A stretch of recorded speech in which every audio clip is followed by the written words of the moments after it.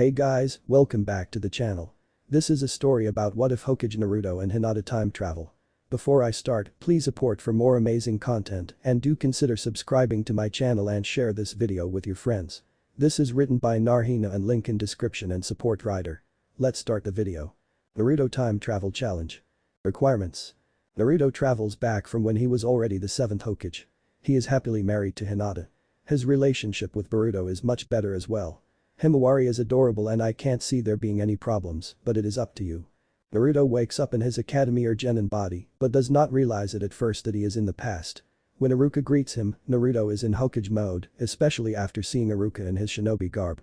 After an awkward conversation realization, Naruto is taken to the Hokage after this, it is up to you what happens.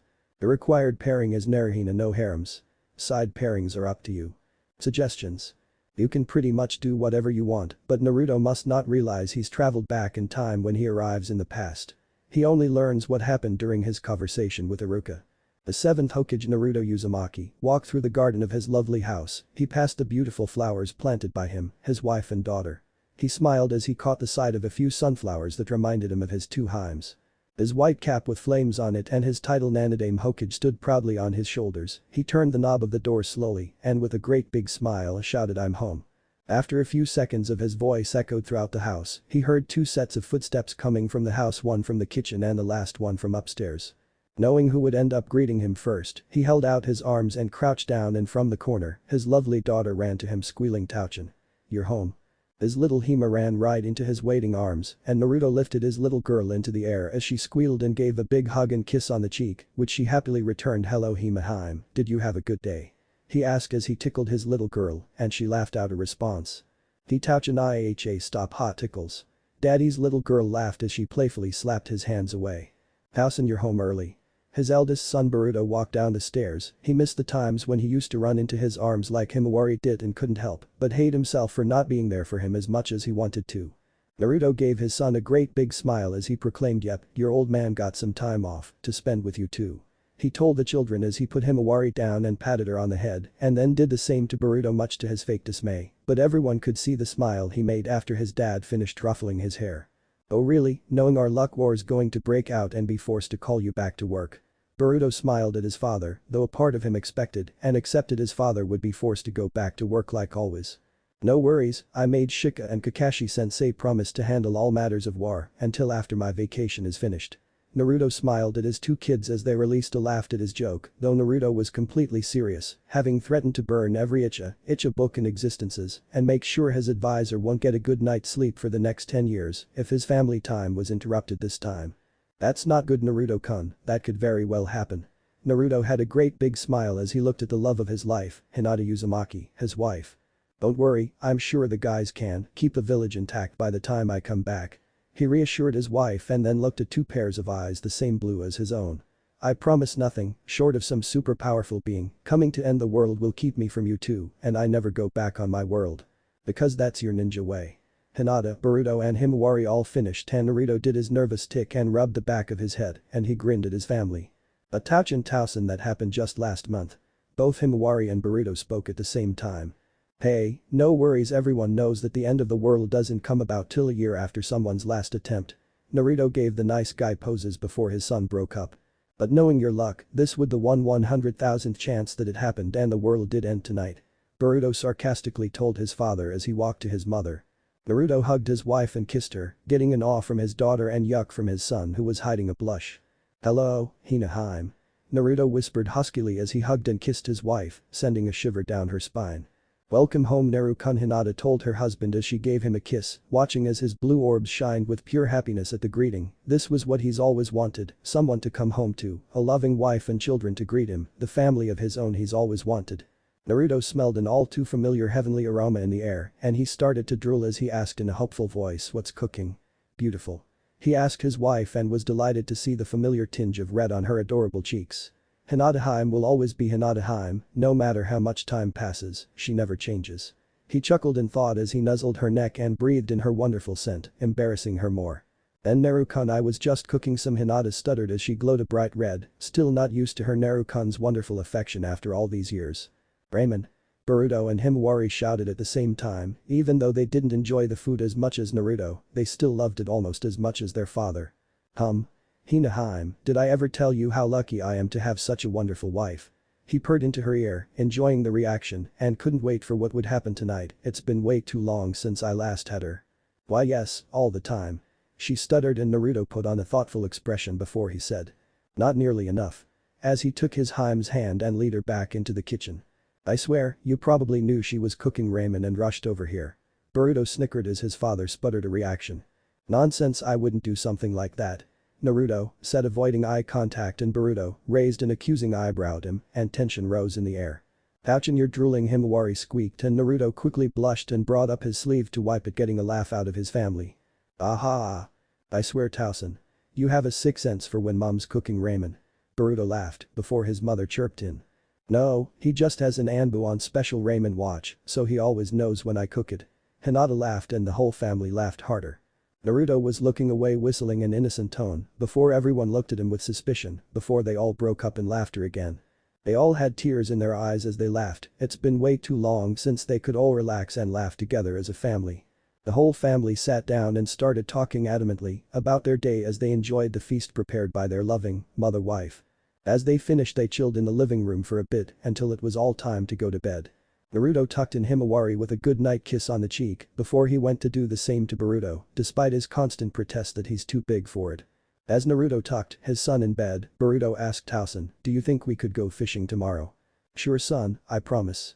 Naruto whispered as Boruto's eyes started to drop. Didn't yawn, remember you never go back on your word. He told his father before he nodded off to sleep.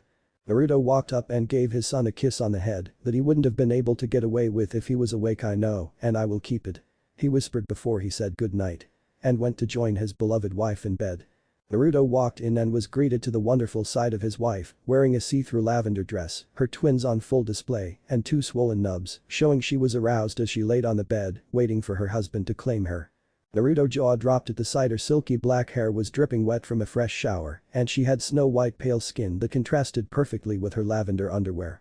She gazed at her husband with wanton desire in her lavender eyes. Naruto gulped as he felt the all-too-familiar stir in his pants and gave a slight growl as he succumbs to his own lust that wanted nothing more to hear her scream her name in passion. It had been far too long since they last had some intimacy.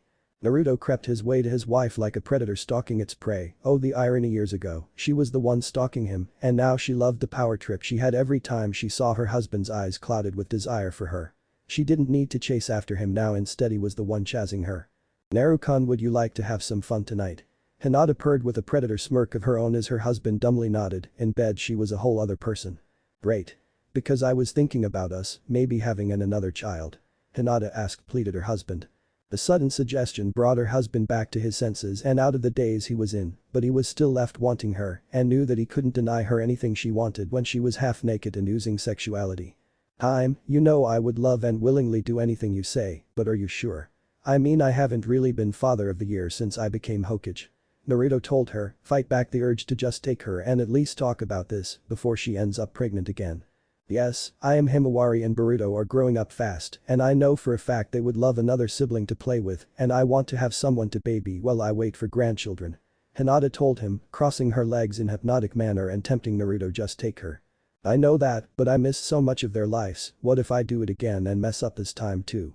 Naruto was almost crying. He loved his family with all his heart and would give up being Hokage in a heartbeat if he had to.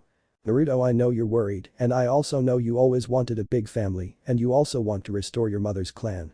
Hinata walked up to her husband, swaying her hips seductively as she did, causing Naruto to groan at the unfair adventure she had. But I almost lost Boruto. He was silenced by his wife's finger as she gave a hot and fierce look. Now you listen to me, Naruto Uzumaki, we love you, I love you, Himawari loves you, and so does Boruto, so don't you ever say that you almost lost one of us, because we love you and are here to stay. Hinata shouted as her husband and a lone tear dropped at hearing that as he hugged his wife. I know, I know, I just don't want to make my family suffer like I had. I hate myself for making Bolt and Hima feel like they grew up without a father. Naruto sobbed into her neck. Naruto-kun, do you remember what I called you all those years ago when I told you what I think of you? Hinata asked as she lifted Naruto's head and they stared into each other's eyes as lavender orbs crossed blue. Naruto remembered the time, it was the first time someone wholeheartedly believed in him, the first time someone supported, and it was the first time his wife gave him the strength to keep moving forward, it was then that he fell in love her. As her husband nodded, Hinata continued, "You are my proud failure, you may fall down, you may make mistakes, but you always get back up and make it right, you did that with Boruto, and you will do it for our future children." Hinata told him determinedly, and Naruto fell in love with her all over again at seeing the same strength that saved him those years ago and left him enamored with her.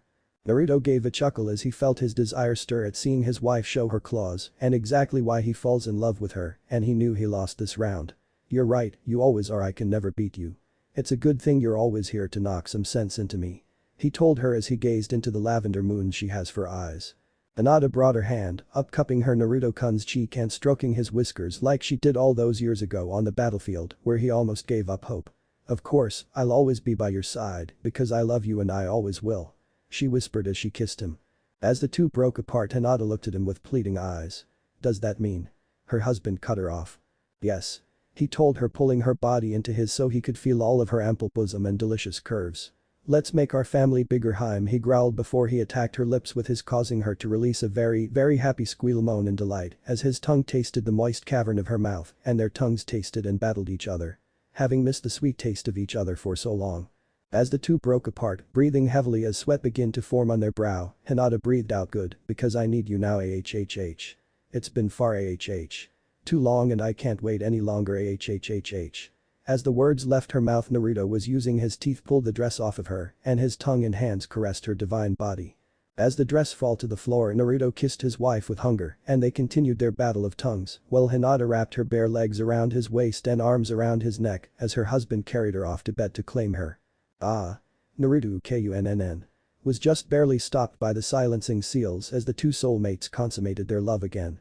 A very pleased and satisfied Naruto was lying in bed on his side, his skin was sweaty and boiling to the touch, his hair was disheveled after the hours of making sweet love to his gorgeous wife. In his arms was an equally if not more so pleased and satisfied Hinata, her sweaty skin was sticking to his, her long midnight blue hair was as disheveled as it spread all over the bed, and her lover. Both were still attached at the waist as close as humanly possible, loving every second of them being connected with their soulmate. Naruto's hand was stroking Hinata's exposed stomach lovely and his wife gave a sigh of content from his minstrels. "So Naru-kun, what do you think we should name our latest addition to the family?" his blue-haired lover asked. Well, let's see, how about Kurama?" Naruto grinned at his wife and he heard a certain fox choke in the back of his mind. "Kurama Uzumaki has a nice ring to it, I like it." Hinata smiled as she snuggled into her husband's embrace more. "And if it's a girl?" Hinata questioned. "Well, you pick the name, you're better at it than I am." Naruto told her, his head buried in her hair. "No, I named both Boruto and Himawari, so it's only right you name at least two of our children now." Akanami for Red Wave, that is assuming she is born with the Uzumaki red hair, if not I'll think of something when I see her, I want to make sure her name will mean something and show how special she is in her own right. Naruto told his wife after a moment of thought. "Akanami, I like it and I hope we do have a child with your mother's hair one day." Hinata said, and she hoped she could give Naruto more children. As Hinata closed her eyes, her blonde lover started speaking, "You know, sometimes I wish I never became Hokage." This jolted Hinata from her sleep and she was about to attack the person on instinct because her Naruto-kun would never utter those words, but stopped because she knew her lover was the real deal, only the real Naruto could make her feel so good. Feeling the jolt and the slight but almost fatal gentle fist strike, Naruto went to explain. "Don't get me wrong, I love the village and happy that I achieved my dream, but if I had known that I wouldn't get as much time with my family, I would have waited until Bolt, Hima and any other children we had were grown up." Naruto told her, a tinge of regret in his voice. Hinata sighed, knowing her husband still felt guilty for how his job took him away from their family too much and would probably always feel guilty about it. "Naru-kun, it's not your fault, the village needed you and we couldn't ask you to give up your dream for us." Naruto kissed Hinata as she said that and then pulled her closer as he whispered, "No, you're wrong, this what we have here, you, Bolt, Hima. All this was my real dream and what I always truly wanted. I would give up being Hokage any day to enjoy living with my family, to always come home to someone, to you means more to me than anything else." Naruto told her and Hinata smiled. "Naruto-kun, I love." Hinata said before she fell asleep. "I love you, Hinata-hime, with all my heart and soul." Naruto told her before he too closed his eyes, but before he did he had one last thought. "I love this life, but if I had the chance I would make sure I didn't neglect all of you, even if it meant giving up being Hokage. If I could do it over I would make sure I returned your love sooner, my Hime." But that the seventh Hokage closed his eyes and the world faded away as his beloved slept soundly in his arms. Naruto woke up with a yawn, noticing the familiar lack of warmth to his side and the lack of a hot body next to him. Time must have woke up and let me sleep in for once. He thought, stretching with a yawn. He felt the odd tug of clothing. He was sure he went to bed naked. Haim must have dressed me, too. Damn, I must have been exhausted to sleep through that. Naruto swung his legs to the side of bed, not noticing that his legs didn't touch the floor like they usually did. With an odd thump, Naruto touched the floor. Naruto's nose twitched, his face crunched up in disgust. Ugh. What that hell is that smell? I swear Boruto, if this is one of your pranks, you're going to get it.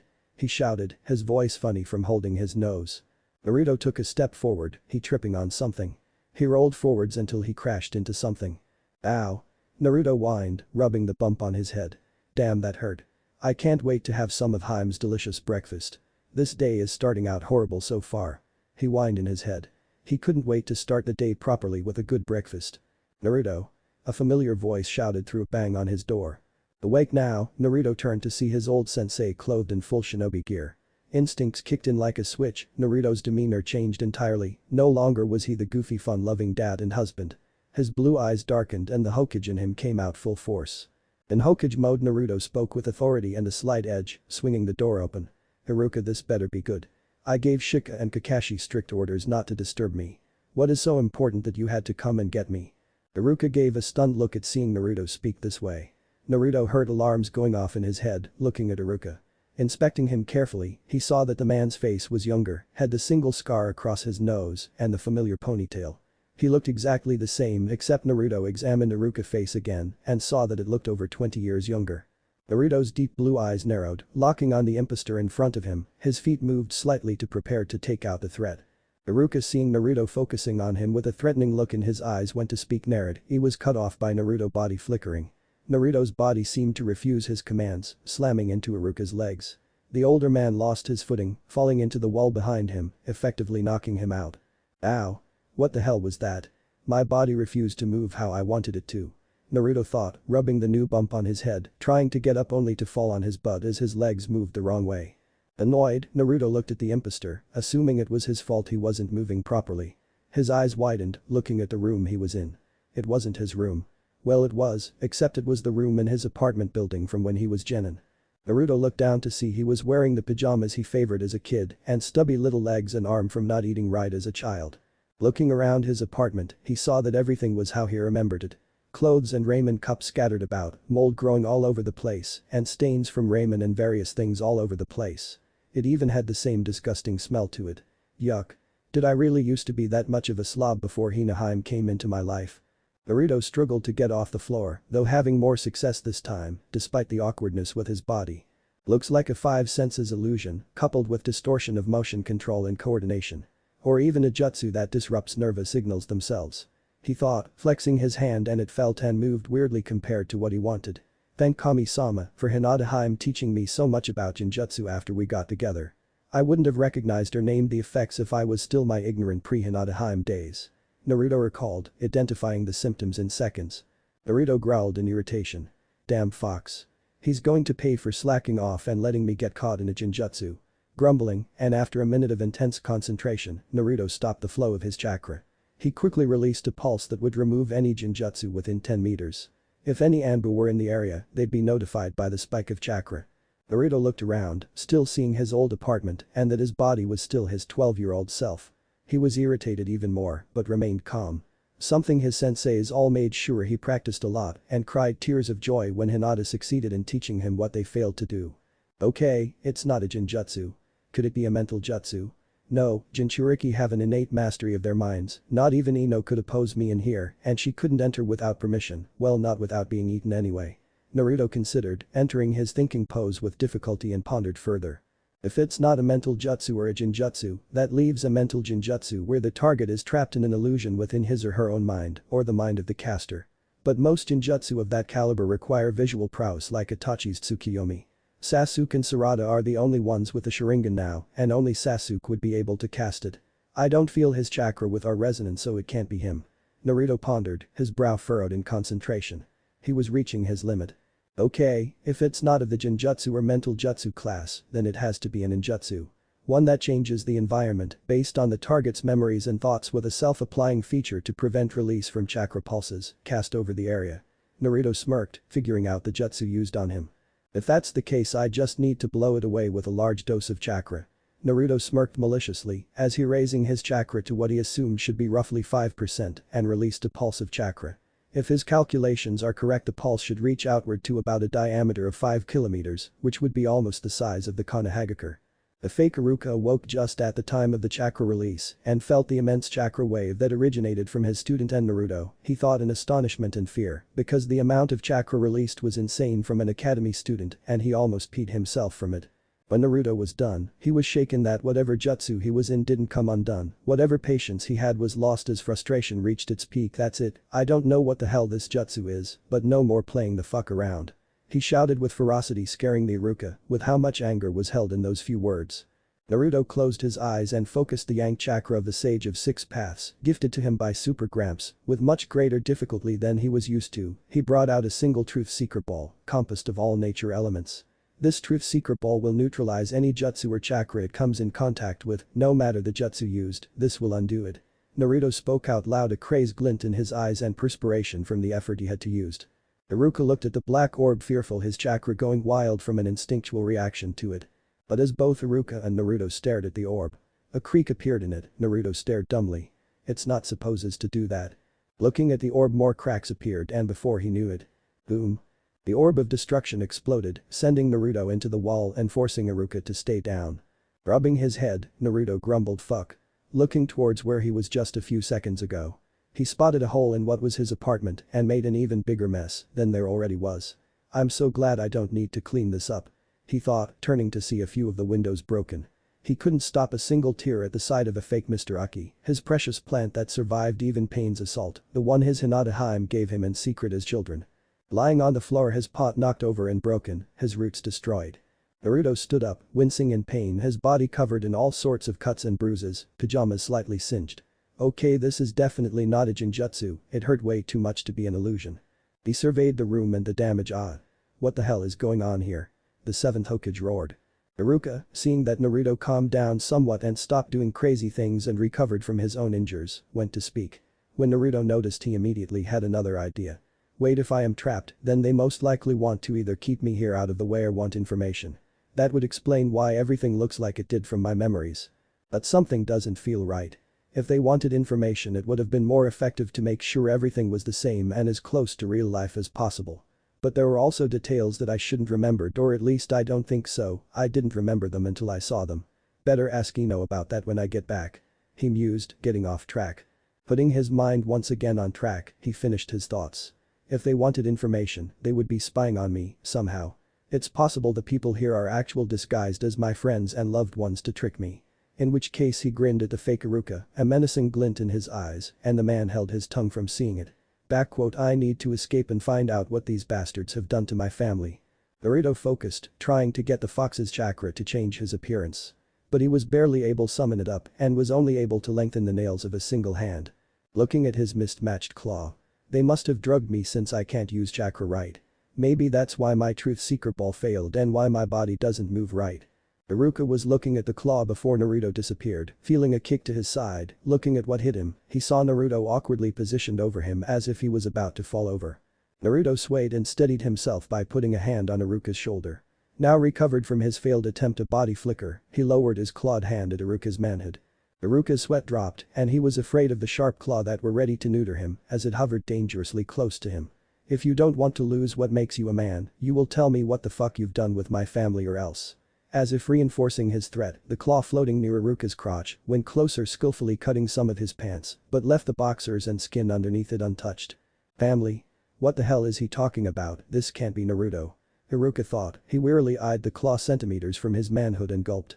Iruka shook his fear off and questioned the person disguised as his student. Who are you and what have you done with Naruto? Iruka asked, anger flared in his eyes at the thought of his missing student being held captive. That's nice. Playing the concerned card. Well, it won't work. Now tell me what the fuck have you bastards have done with my family or else. Naruto spat with malice, done with fucking around when the family he's always wanted needs him. Seeing this reaction and how real Naruto's ire was, Iruka decided to ask another question and hoped he lived through it. Naruto, name the entire Ichiraku menu? He asked knowing that only a ramen fanatic like Naruto would know it. Naruto anger tripled at the question and had enough. Kurama. Fucking get out here and tell me what the hell is going on. He shouted to his partner and friend but got no reply. It worried him that Kurama was this quiet. He was only this quiet when he slept. Searching inward, Naruto found the familiar chakra that belonged to his fox friend. He relaxed, knowing that his partner was still with him. But something felt off to Naruto. It felt weaker than usual. They must have sealed him so he couldn't help. Well, these amateurs should know better than to use seals on an Uzumaki. After Naruto found out about his mother and clan, he searched for anything related to the Uzumaki clan. It was hard, but he did discover quite a lot about his clan's history. Most of the history and jutsu was lost, but he still proved himself to be talented in Fuinjutsu. He practiced the art and thanks to the shadow clones, God bless them, it hadn't taken him much time to master. Hey, you damn fox. How could you allow someone to get the drop on you? Naruto shouted as he pulled up his shirt and channeling chakra into his belly. Iruka's ears perked up at the mention of fox. He watched wide-eyed as the fourth seal appeared on Naruto's stomach. He was an expert in barrier jutsus himself. He could tell it was no fake. What the hell? Naruto exclaimed, seeing an exact replica of his father's 8-trigram seal. It was too exact to be a fake, and Naruto didn't have the knowledge in Fuinjutsu to memorize it when he was younger, so it couldn't be his mind's doing. He could make out the writer's quirk of his father that he saw when he looked through his old seals. Each seal master had their own quirk and style that acts as the equivalent of a fingerprint. Only that it can't be copied, not even by a Sharingan, since the muscle memory plays a big role in it. Every person writes their seals differently, and a seal master can easily identify the maker and quirks of the seal within seconds. But it would be almost impossible for Naruto to recreate a perfect replica of his father's seal, even if his mind added the quirks he knows about. Fuinjutsu is too complicated, and one could always tell the fake from the real thing if one knew what to look for. Naruto shook his thoughts and focused his mind inward to enter his mindscape. It was harder than before with a new seal on him, but he still managed to do it. He entered the sewer, with water in it, and seeing the cage the Kyuubi had been trapped in for most of his life. The word for seal stood on the bars, unblemished. Showing it was still in peak condition. Kid. What the hell is going on? Why the hell am I behind this repugnant cage again? Boomed Kurama's voice, angry at being trapped after years of freedom, thanks to his container. Naruto's heart went out to the beast, knowing how hard it was being locked up again as for his friend. I don't know, Kurama. I just woke in my old apartment building with a young Iruka yelling at me, I'm in my 12-year-old body, I don't what the hell's going. Or what the fuck happened to Hina, Boruto, and Himawari. Naruto shouted, anguish in his voice to his friend, and noticed his voice sounded normal. Looking down, he saw that he appeared in his adult form with his Hokage robes. This confirmed that he was in his mindscape since he appears how he sees himself at the time he entered. Kurama looked at his container and even though he'd have trouble admitting it, his friend and he could feel the pain and worry he feels for his family and mate. A feeling he shares seeing the kid's family as his own family after living with them for so long and having watched the little kids grow up. Naruto, it will be alright. We'll rescue our family and tear the bloody bastard that put us in this mess apart, ourselves. The dreaded Kyuubi tried to reassure his container as best he can, in his own violent. Naruto knowing the Kyuubi so well, it worked, and he calmed down. Thanks Kurama, I needed that. Naruto thanked his long-term partner and friend. Don't go soft on me, now kid. We got work to do and figure out what the bloody hell is happening. Kurama teased. The boy he's come to see as his own and grinned when he got the response he wanted. Naruto slammed his fist into his palm, feeling his usual energy come back. Right, let's do this and figure out what's happening. Naruto shouted with determination. Perhaps I could be of some assistance in that endeavor. Came an old but powerful voice, surprising the two occupants that should have been the only ones allowed to enter this plane. Naruto and Kurama turning towards the new voice, were shocked at who they saw. Super Gramps old man. Shouted a shocked Naruto and Kurama respectively, what the hell are you doing here? They asked in sync. Long time no see Naruto-kun, Kurama-kun, I've been watching for a long time now observing you and am quite satisfied with what the shinobi world had become thanks to you. Greeted the ancient sage. Both Naruto and the fox nodded dumbly at the sudden appearance and casual greeting of what could be arguably one of the strongest beings in existences and how he greeted them like they were having afternoon tea. The almost omnipotent sage went on to answer the duo's question as if it was ordinary to show and talk to them out of the blue. Now I am here to inform you of what's going on and where you are my children. The sage answered fatherly since he was speaking to his son's reincarnation and one of the children he created. Wait. You know what's going on? Naruto asked excited beyond belief that he was finally going to get some answers to his mystifying ordeal. Yes Naruto-kun, it is quite simple. In fact, you and Kurama-kun have traveled back in time about roughly 20 years into the past. The sage told them without a care in the world, like he didn't just tell them they did something the space-time continuum shouldn't really allow. "We what?"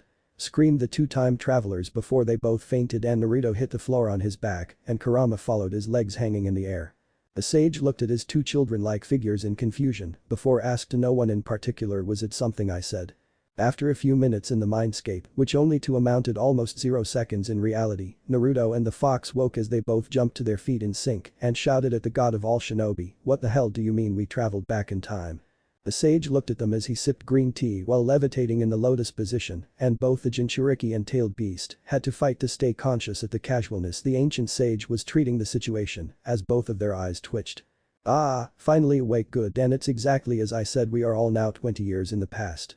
Both Kurama and Naruto faced palmed and cried in tears at the sage's casual approach and answer. They both discovered the source of the legendary Uzumaki unfounded and clueless behavior. "I mean, how did this happen? Time travel shouldn't be possible, should it?" Naruto asked, having adjusted to the crazy situation. "Well, that is where you are wrong. Nothing is really impossible with the right power and knowledge, even time travel. I myself actually use it to travel to the future quite a lot to see the results of people's actions." Naruto and Kurama were left dumbstruck at this revelation. All their prior knowledge of the universe meant nothing. "As for how you traveled back, that is because of you, Naruto-kun," the sage finally revealed, pointing an aged finger at the man. "Me, what the hell did I do?" Naruto shouted as the sage told him he was the one who caused the situation they were in. "You, Naruto-kun, have had half of my power and chakra, along with the chakra of all of my children, the tailed beasts. I believe you subconsciously tapped into that power and brought yourself and Kurama to this time period." The sage told them the answer to all the questions. Naruto remembered thinking if he could do it all over the night before, but he never really wanted it to happen, to be away from his family. Shaken by the revelation, Naruto asked in a shaky voice, "How can we go back?" The sage looked on sadly to the man in front of him before he told them, "You can't go back, Naruto-kun." He answered in a sad voice, showing some true emotion for the first. "What do you mean we can't go back?" Naruto screamed. "It's exactly what I said, you can't go back, it's impossible to reverse what you've done." The sage sorrowfully told them, earning a shocked and outrageous look from the two. "But you said that time travel to the future is possible, why can't we go back?" Naruto questioned the almost omniscient being's logic. "Yes, travel to the future is possible." Naruto smiled as the sage said this, "However, sending you back to where we came from cannot be done." The sage finished, much to the dejected Naruto. "See, can't be done, why not?" Naruto asked weakly, a look of loss and despair appearing in his eyes for the first time in years. "Simple, Naruto-kun, for you, see, the future we came from no longer exists." Naruto dropped to his knees and his mindscape cracked a bit. "What?" he whispered weakly, but on the inside, he didn't want to hear it. "Time travel is complicated, well, possible, it changes the universe drastically." The Rinnegan wielder started his lecture and with a wave of his staff a blue river of light appeared in front of him. "For you see, time is like a river, ever moving forward, never stopping. This is how events are supposed to play out, only happening once." The sage told them. "But when something goes against the current and the river flows in reverse, it destroys the river." The sage demonstrated and Naruto felt his heart break as an orange dot appeared in the river and went backwards against the current and the river of blue light disintegrated as it did. When the river is destroyed, it begins to form a new river, but this new river is different from the old one and will never be completely the same. "I can send you back into the future, however it won't be the future you came from." The sage finished as a new river of blue light formed. "But why, if that's the case, shouldn't a time paradox have happened? I shouldn't exist now if the future I came from is gone." Naruto shouted in desperation, hoping what the sage said was a lie, that he can still go back. "True, but you see, because you are the one that traveled back in time, you became similar to me, a being that exists outside of time."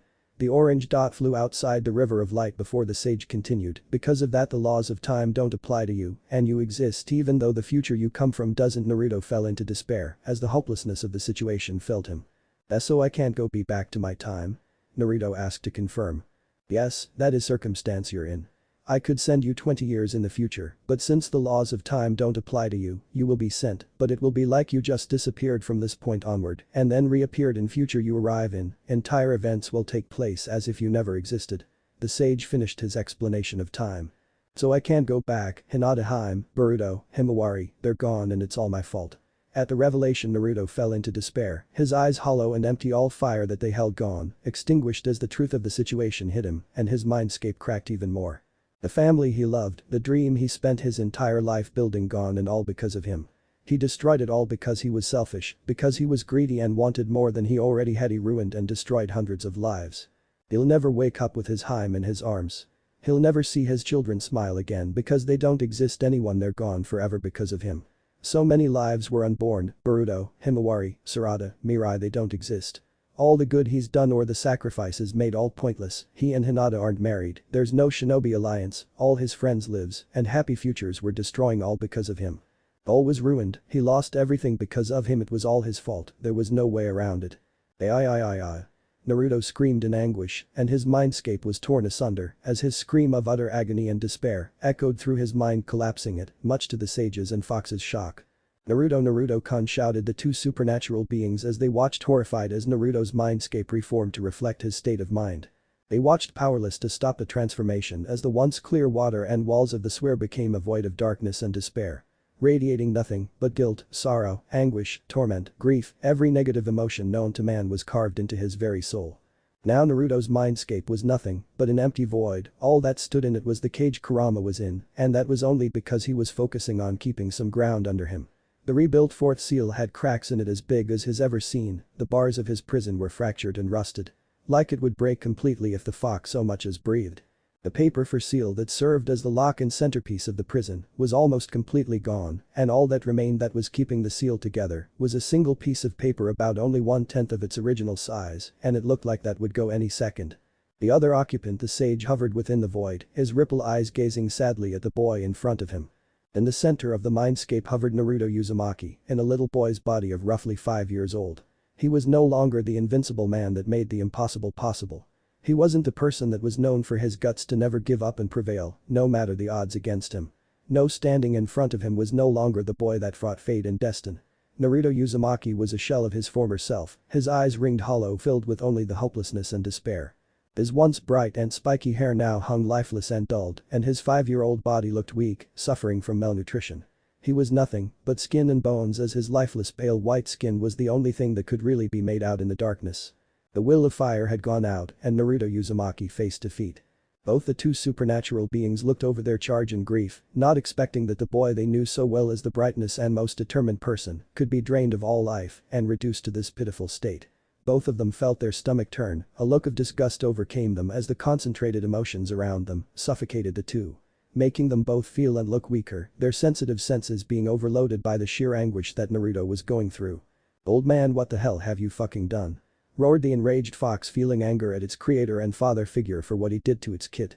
Hagoromo looked at the empty shell of Uzumaki with regret and flinched at the anger one of his children was giving him, having not felt it since Indra strayed from the right path. "I'm sorry Kurama-kun, I didn't mean to cause this to happen." The sage told him in sorrow, he only wanted to help the young boy out and explain the situation he was in. "He didn't mean to. You basically told him he ended the world, destroying everything he cares about, and you just say you didn't mean to." Kurama bellowed in outrage, feeling something he never thought he'll feel for its father, pure hate. "You should know how sensitive the kid is after the life he's lived through, that hell, and being told that he lost everything he loves and took his entire life to get is gone now because of him. And you didn't mean to cause this." The fox raged and made the sage grimace. Feeling guilty knowing everything the fox told him was true when it put it like that. He knew the life Naruto went through was hard and it was a miracle he became who he was before. But because of that he misguidedly thought that nothing could bring him down and extinguish the fires of determination that always burned in his soul. But he forgot one simple fact: Naruto was only human and even he has a breaking point. That breaking point was losing the dream he never thought he'd have, the family and love he always wished for, and all because of him. The sage's shoulders sagged in regret, shame and guilt as he apologized to his two boys. "I'm sorry Naruto-kun and Kurama-kun, I truly am. Even near omniscient and omnipotent can make mistakes if they're not careful. Sorry isn't going to cut it, we need to get the kid back to his old self." The Kyuubi told his maker and the sage agreed. "You're right, there is one thing I should mention then." With a wave of his staff the blue river from before appeared, but it only had a dull light to it now because of the atmosphere draining his powers. Even though it is impossible to create the exact same future as before, some things will still happen and not change as long as you or anyone else interferes with it. For you see, like all rivers, when a new one is formed it flows and forms on the remains of the previous one. A faint canal appeared under the river of light, it curved and turned and the blue river poured into it and flowed down the channel. "You see," This is what is known as fate. As long as specified conditions are met, then so will events from the preceding timeline be recreated. Even if the timeline has changed, it will continue to run the course that is the most easiest to run and already set. Only beings like ourselves can change the outcome. The sage lectured again about the theory and logic behind time. If you started with this, maybe you would have been able to keep the kid together long enough for him to fix his mistake. Kurama growled as it gestured to Naruto, who, much to both beings' dismay, hardly reacted. The sage continued his speech in hopes of getting a reaction from the broken boy. Anyway, even though your children aren't born yet, regardless of when or where, as long as Hinata-chan gets pregnant again by you, she is granted to give birth to Boruto-kun and Himawari-chan, so you will see them again. You just need to make it happen. The sage finished and managed to get the boy to at least look at him with his lifeless eyes. Kurama, seeing this was working, but not as well as he hoped, added in his own 2 cents. In other words, you can fix all your mistakes and make a better life for your family as long as you get back together with your vixen. Kurama told its kid, and Naruto reacted and spoke back for the first time. But even if I did get back with Hina, what's to say it won't happen again, that I won't destroy my future and life again, ruining everything we made and had together? Naruto argued weakly. No worries there, Naruto-kun. Now that you are aware of your powers, you will only travel in time if you physically will it to happen. You will never do it by your subconscious again. The sage spoke up, but Naruto snapped at him. Even so, I don't deserve Hinata anymore. She was happy, we all were, and I ruined it. I'm a monster that took away everyone's life and future. I don't deserve to be loved, I don't deserve to be happy. Naruto snapped. The revelation that he caused it seemed to bring back all the fears he had of becoming the monster the villagers saw him as when he was younger, and in the end they were right. He ruined everything and destroyed everything. Kurama looked at Naruto sadly, feeling pity that the only human it really ever came to respect as an equal, the one who pulled itself from the darkness, gave it a life of happiness and a future worth living for. The one that saved it and all of his brethren from the path of darkness and destruction they were heading for. The one who freed them from their hate. Was falling into the same darkness and self-destructive path. Kurama would not let it happen. This time it was its turn to save its family and the closest thing to a son he had. So that's it, you are just going to give and let everyone down, you're going to abandon your friends and family, you precious mate. Kurama growled as taunted its container. I never said that. I just don't deserve to be happy after what I've done. I failed, I always fail. Naruto responded downcast. Well, it sure bloody sounds like it. Or have you forgotten that it was you who saved your mate from her suffering, that it was you who became the hero of the world and saved everyone, ending all wars as we know it and brought in a golden age? Kurama voiced boomed throughout void, and Naruto shouted back. Some hero, I ended up destroying the world as we know it and caused everyone we know to lose their happiness. Naruto responded with red eyes and tears. The weight of what he done too much to bear alone, well, good thing he won't have to carry it alone because he's never alone and never will be. Then fix it, or are you just going to let everyone suffer because you're having a pity party? Who will stop the Uchiha from going down the path of vengeance? Who will stop Madara and Kagaya? Who will save Obito? Did you forget all the good you did? Did you forget that it was you who saved your mate from her suffering and gave her a life worth living? Kurama spat and Naruto shook in denial as he whispered. I'm sure Hinata would find someone else and live a much happier life. He told himself half-heartedly, hating every word he spoke like it was poison, but his Haim deserved better than him. As if reading his thought, the fox had a sarcastic grin as it gave a response. That's assuming if she didn't kill herself to escape her torment. At those words, memories of when he and his Haim first got together flowed through his mind. Naruto-kun, if it wasn't for I would have probably gave up on living long ago, and don't give me that look, I know it's true, you've always been the son that guided me. You were the one who showed me how to be a proud failure. His Haim smiled at him. If it wasn't for you, I would have took my own life to escape, believing that I was a failure that didn't deserve to live and deserved death. Hoping it would make all those that I failed happy.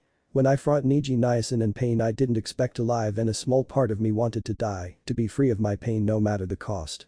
But you saved me, Naruto-kun, you smile gave me hope, your will to never give up allowed me to walk down the right. It was your Nindo that allowed me to have the life I'm living now. It was all you, the happiness I have now, the wonderful life I live was all thanks to you. Thank you, Naruto-kun. Hinata cried before she finished. Thank you for loving me, thank you for making me fall in love with you, because it was thanks to my love for you that I am who I am today.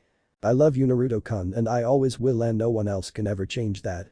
Naruto memories finished and told the fox he was wrong in denial. You're wrong, Hinata can live without me, she's strong. But will she be happy? She could end marrying that mutt because she doesn't have you and sees no reason to care about the life she lives. She could end up being married off to some bastard who doesn't care and will only rape her over and over again. Kurama told him just what could happen to his mate, just how bad she could have it without him. Naruto finally reacted for the first time, in pure anger at the thought of his Hime with anyone else, the thought of her being abused by some filthy lowlife. I will never let my Hime be hurt like that, I'll kill anyone who so much as looks at her wrong. Naruto roared. But that's exactly what will happen without you there, and what about the little kids Boruto and Hima-chan, are you alright for them to lost their chance of life? To be erased from existence because their father can't bring himself to care and fight for them to get them back. Kurama snapped. No, I don't want that. I would never give up on them. Naruto snapped back. Well, that is exactly what you're doing. What happened to the Naruto that never gave up? The one that always fought till the end. The Naruto that your mate loved, the one your kids loved and were proud to call their father. You moan and moan, but where did Naruto the proud failure go? The one that didn't live for himself but for his loved ones and would have sacrificed everything for them. Naruto looked at the fox, some of his past light and determination returning as the fire in his sapphire orbs was lit anew. He stared at his closest friend and family, the one who's always been with him in his own way and watched over and protected him. The pathetic human in front of me is not the one I came to call my friend and family. The Naruto I know lives for others, not himself. Now are you going to keep on whining or are you going to do something and get your family back? If you won't live for yourself, then live for them, your mate, your children, for Hina Hime, Boruto and Hima Hime, fight and live for them, like you always have. The fox spoke with passion and purpose as he grinned at seeing the light of hope shine in his container's azure eyes. Hahaha. Naruto laughed and he stood up. You're right. You're right. I just can't give up. I need to fight for them, for my family. Naruto grinned, he was still a long way from being the man he would become, but his blonde hair went back to its normal color and wild state, his skin took its natural tan hue, his cobalt orbs burned with the will of fire once more. The Kurama, this was the image of the boy it watched over as he grew up from a baby to the man that he would become. The one that succeeded where all others failed, the proud failure that always stands tall no matter the odds. The boy that it saw as a son and was proud to do so. Someone one worthy of being Hokage and successor to its old man's will. He was Naruto Uzumaki, he who shall always move forward and down his path without regrets. Naruto still had a long way to go before he was who he used to be, but now he was finally starting to look like the man he was going to be someday, the man that changed the world. Both boy and fox stretched out their fists and bumped them together, a sign of their friendship, respect and partnership as equals. As long as the two live they will always be by the other's side. The sage of six paths couldn't help the tears that fall from his eyes from seeing the bond the two shared. For a time, he'd given up on the humans that persecuted the children he had created, but looking at what the two shared. He knew that he made the right choice. Humans may make mistakes, but the bonds they share know no limits and give them strength far beyond what they could ever achieve alone. Naruto-kun, I'm sorry for the distress my words caused, I was only trying to help you. The sage spoke up, but Naruto waved the old man off. Don't, I needed it to hear it anyway. It would have happened either and it's better than being blind. Thanks Super Gramps. Naruto saluted, his mindscape was still a wreck, but it too will heal in time. Look on the bright side, kid, now you can fix all the mistakes you made the first time around, like noticing your vixen sooner and delaying being Hokage, so you get more family time. Kurama piped in, happy to have the old Naruto back. Yeah, you're right, just you wait, Hina Hime. I am going to make sure you and our future children are the happiest family in the world.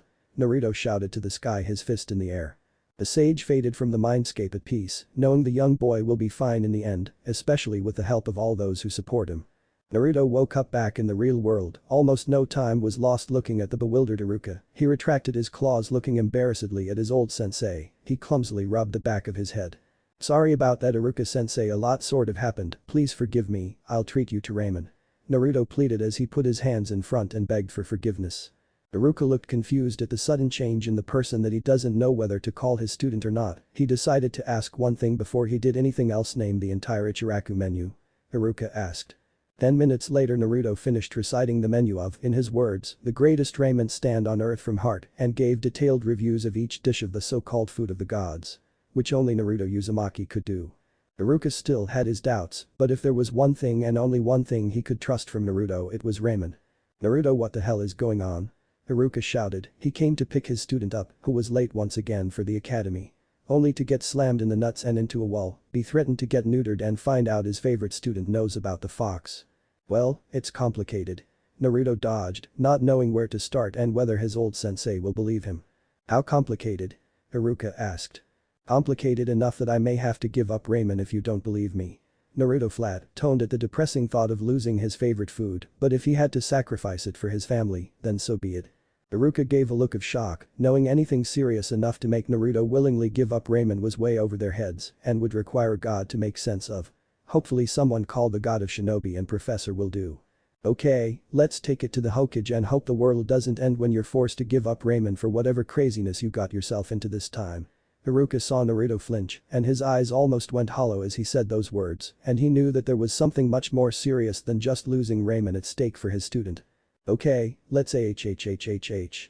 Naruto tripped and landed on his face. Iruka's sweat dropped at the boy that just a few minutes ago was literally the scariest thing he's ever seen, could barely even walk now. Can I get some help please? I'm not exactly 100% now. Naruto asked and Iruka lifted the boy up and left for the Hokage tower still in his pajamas. As Iruka jumped across the rooftops of the village with Naruto on his back, he caught sight of many Anbu and ninja panicking about, most likely because of the massive chakra wave his charge released earlier. When they made it to the tower it was chaos. Iruka rushed right to the Hokage's office, ignoring protests and just barged into the room. He paused as he saw the elders of Konoha Council giving him the glare. The begrudgingly elders, respect Iruka didn't back down, but before he could say anything a blue blur shot past the men into the Hokage. Turning at whatever they saw move at such speeds, they were surprised to see the Kyuubi child hugging the third Hokage, like a lifeline. Jais and Naruto sodded into the old man's Hokage robes. Hiruzen was baffled despite being so close to the young Jinchuriki and having him call him grandfather, he never once seen the young boy cry so openly. The elders glared at the boy and Hiruzen tried to calm the crying boy down as he dismissed the elders. That is all for now, I have some other matters to attend to. But Hokage-sama, the massive amounts of chakra we sensed early can't be ignored. As a matter of fact that thing. Kahari Utatane started but stopped as killer intent skyrocketed. Say another word and you will be reminded that not even you are exempt from the law. The third Hokage threatened. All the elders bowed and left the room, glaring at Iruka as they passed him and then slammed the door to the office closed. Now Naruto-kun, what's wrong and what happened? The third asked the crying boy in his lap with a grandfatherly voice. Sorry Jason, I'm just really happy to see you, it's been way too long. Naruto smiled as he wiped his tears. Ho ho, it's only been a day since we last ate ramen together my boy. The third laughed. For you maybe, but it's been a lot longer for me. I'll explain everything, but first get rid of the 6 Anbu in the room, I need to speak with you in private. Naruto told the third much to his surprise. He wasn't very surprised that Naruto noticed the Anbu. They've been watching him his entire life and he's had to run away from them enough times to know where they are. I swear how this boy can't pass the academy graduation test is beyond me. He's picked up the skills of most veteran Anbu members when it comes to infiltration, escaping, trap making and sensing, all without official training. If I gave him the Jonin or even the Anbu test, he could probably pass with flying colors just with those skills alone. The third contemplated, knowing if it wasn't the damn Counsel Naruto could probably be the village's leading assassination and infiltration expert by now. Well, it's not a completely bad thing. Kushina would have my head in the next life if she found out I made Naruto a murder without giving him a proper chance at a childhood first. The Hokage shivered. Memories of the red-hot habanero still give him the willies to this day. But enough musing, he needs to get to the matter at hand. There are only 5 Anbu in the room Naruto-kun. The old man told, only to be proven wrong by a boy not even a quarter his age. No, there's a 6th one hiding in the shadow in the corner over there. Naruto pointed to the upper left corner and a kunai shot out of the shadow. Within seconds the 5 other Anbu took down the interloper and the third caught the kunai without effort and was surprised when Naruto didn't even flinch when the kunai was inches from his face and was aimed at him. Looking carefully at the blue orbs that used to always shine with innocence and hope but now were darkened with the look of a man who's seen just what the shinobi world is and had witnessed firsthand the horrors it can produce. He knew this wasn't the boy he knew. The third looked at the extra Anbu and immediately knew who he belonged to root. He growled before he barked his orders: take him to interrogation and make sure they bleed him dry of every last thing he knows. With that order the Anbu left the room. Iruka was surprised by what just happened before the third commented, okay Naruto-kun, what is it you want, and his question was cut off as Naruto made a hand sign and chakra entered the air and a privacy seal was set over the room. Both Iruka and Hiruzen were impressed at the quick application of such an advanced seal with only one sign. Naruto-kun, what? The third was cut off again as a high-pitched whistle sounded throughout the room, temporarily hurting both the two men's ears. As chakra in the air vibrated, there was a small pop and smoke could be seen and smelled from several areas in the offices.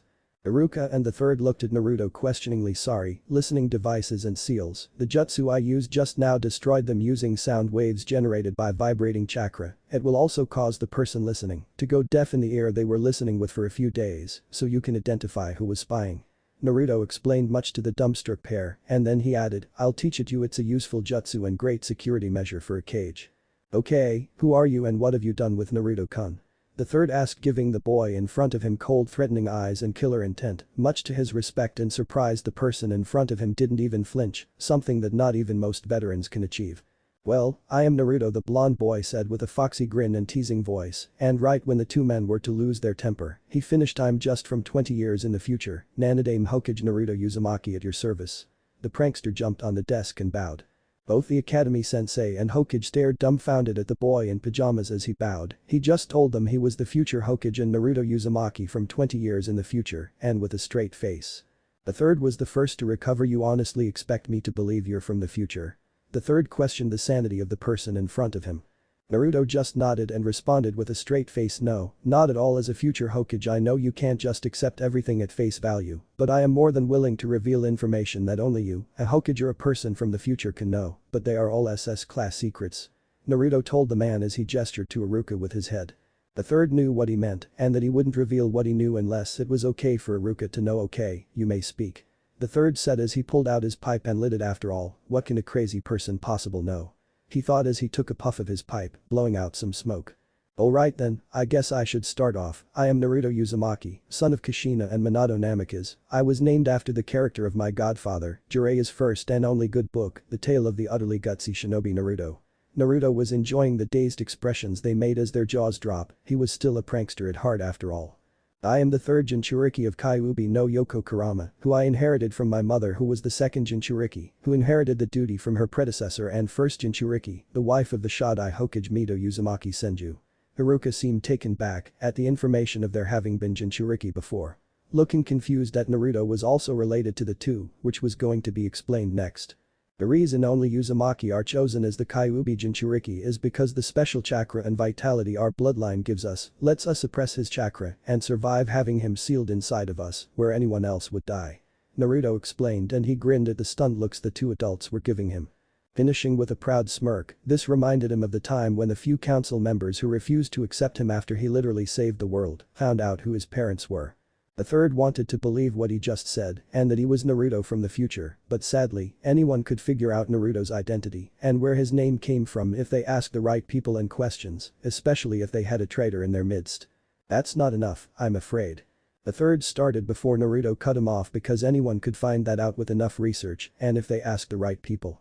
Naruto predicated exactly what he just thought and was going to say. "I started off with that because it would get you to open up to me and listen more, as well as reveal that I know who my parents are." Naruto told him in a cheerful tone. Iruka was in shell shock by what was just revealed to him, and the third didn't deny that Naruto was the fourth son and just sat back and listened. "Though I would like to ask a question, when were you going to tell me who they were?" Naruto glared at the third. He only found out who they were when he literally met his father and mother. The third shouldn't have answered and played the boy's game, but he already knew so much so it wouldn't hurt. "I planned to tell him when he made Chunin and could handle the truth, the same with the fox," the third said. "And did it ever occur to you that me or you might die, or that I won't even become a ninja, since the council were sabotaging me and removed the ARC course, abnormal reserves of chakra course, from the academy curriculum?" Naruto told him, anger lacing his voice. "Causing students like me who have too much chakra to fail because we are unable to perform low-level E-rank jutsu that are designed for students with low chakra reserves so they can expend both their reserves and chakra control." Naruto snapped. When he became Hokage, he found out they conveniently discontinued the practice right when he joined the academy. Chakra control and reserves ratio theory is one of the first things we are taught. The amount of control a person has over their chakra is directly affected by their reserves because it's easier to control smaller amounts of chakra when you have low chakra to begin with. The academy jutsu and curriculum were designed to teach students with a minimal and average chakra reserves while steadily building their reserves and control up so they can perform the more advanced jutsu. Naruto pointed an accusing finger, finally releasing some of the anger he held for the third not doing his job properly when he was in office and how much it affected him as he grew up. The ARC course was put in place by the Shodai Hokage for students who have too much chakra to perform the low-level jutsu and control exercises and are required to be taught high-level control exercises like tree climbing and water walking before they can be taught at the same level as those with normal reserves. All students were supposed to have their chakra measured when they first entered the academy to see if they qualified for the course. Naruto shouted in outrage and was out breath, breathing heavily from doing so, but he was far from finished venting.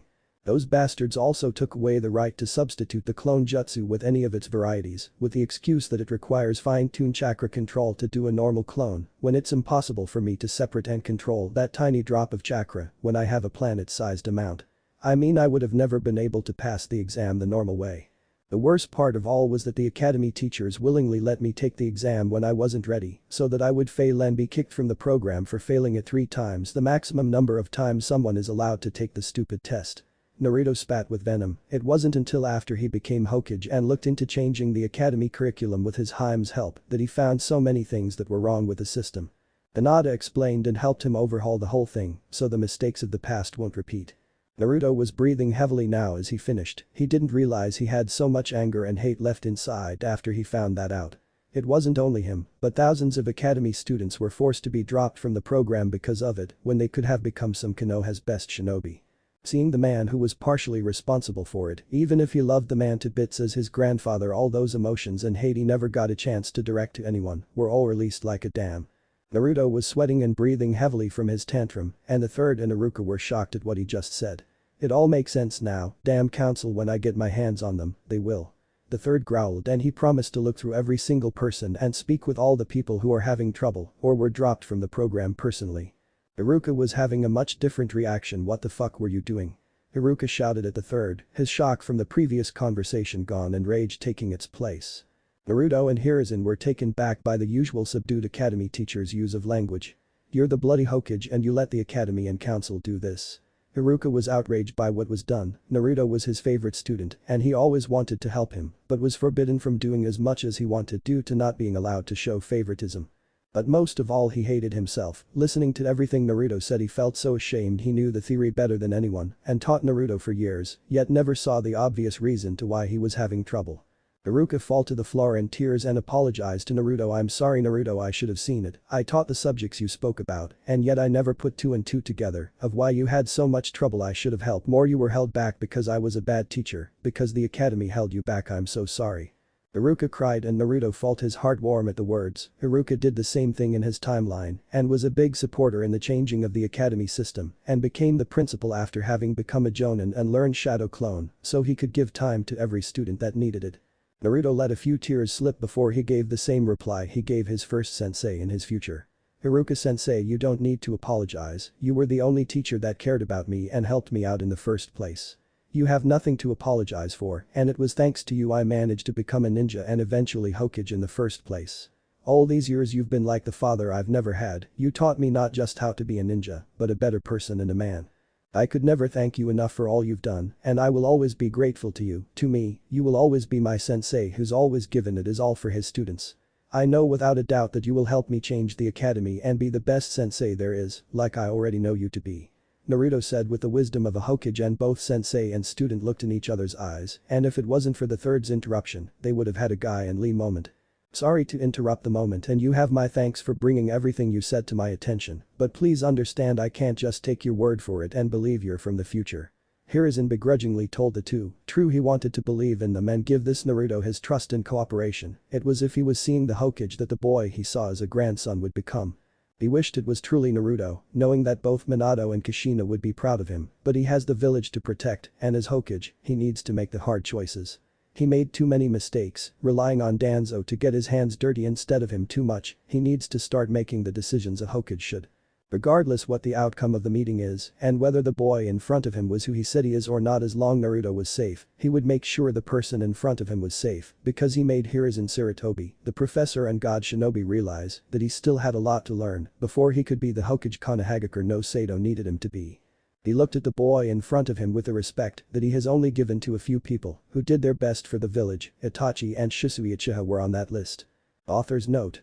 This chapter 1 wanted to show that Naruto was held back. It seemed to me that when his senseis trained him properly and carefully explained things to him, he was a good student, always completing tasks in record time with or without shadow clones.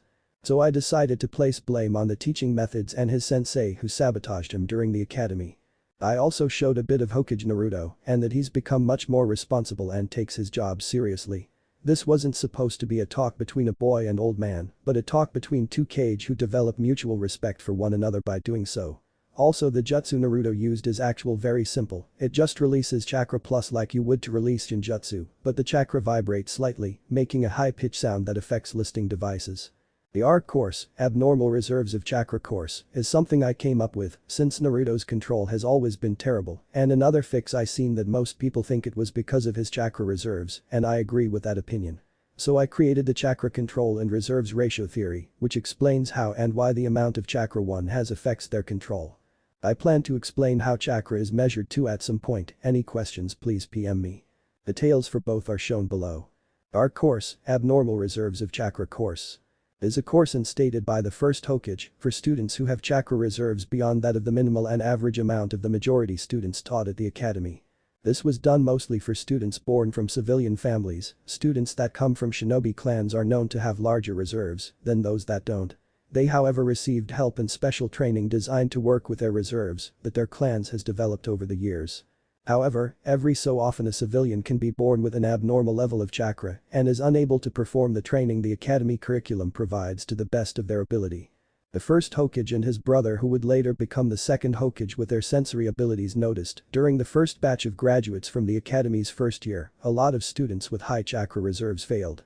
Seeing this, the first and second Hokages gave these students a modified version of their clan's training, which was designed to work with the senju's higher than normal chakra reserves. After a few months of the training, all the students that failed passed when they were deemed unfit to be ninja by normal academy standards. In order to avoid holding back potential ninja due to lack of proper training, the first two Hokages constructed the ARC course for students that have above a certain amount of chakra. And then teach them chakra control exercises that they can work and let them increase their control to the same level of those with low chakra reserves. Both the first and second Hokage added a law to the village charter. Paragraph 10. Section B. Shinobi Training Laws and Regulations. All students by law are required to have their chakra measured upon entering of the academy, and if their chakra levels qualify them, they shall receive training in the Abnormal Reserves of Chakra course.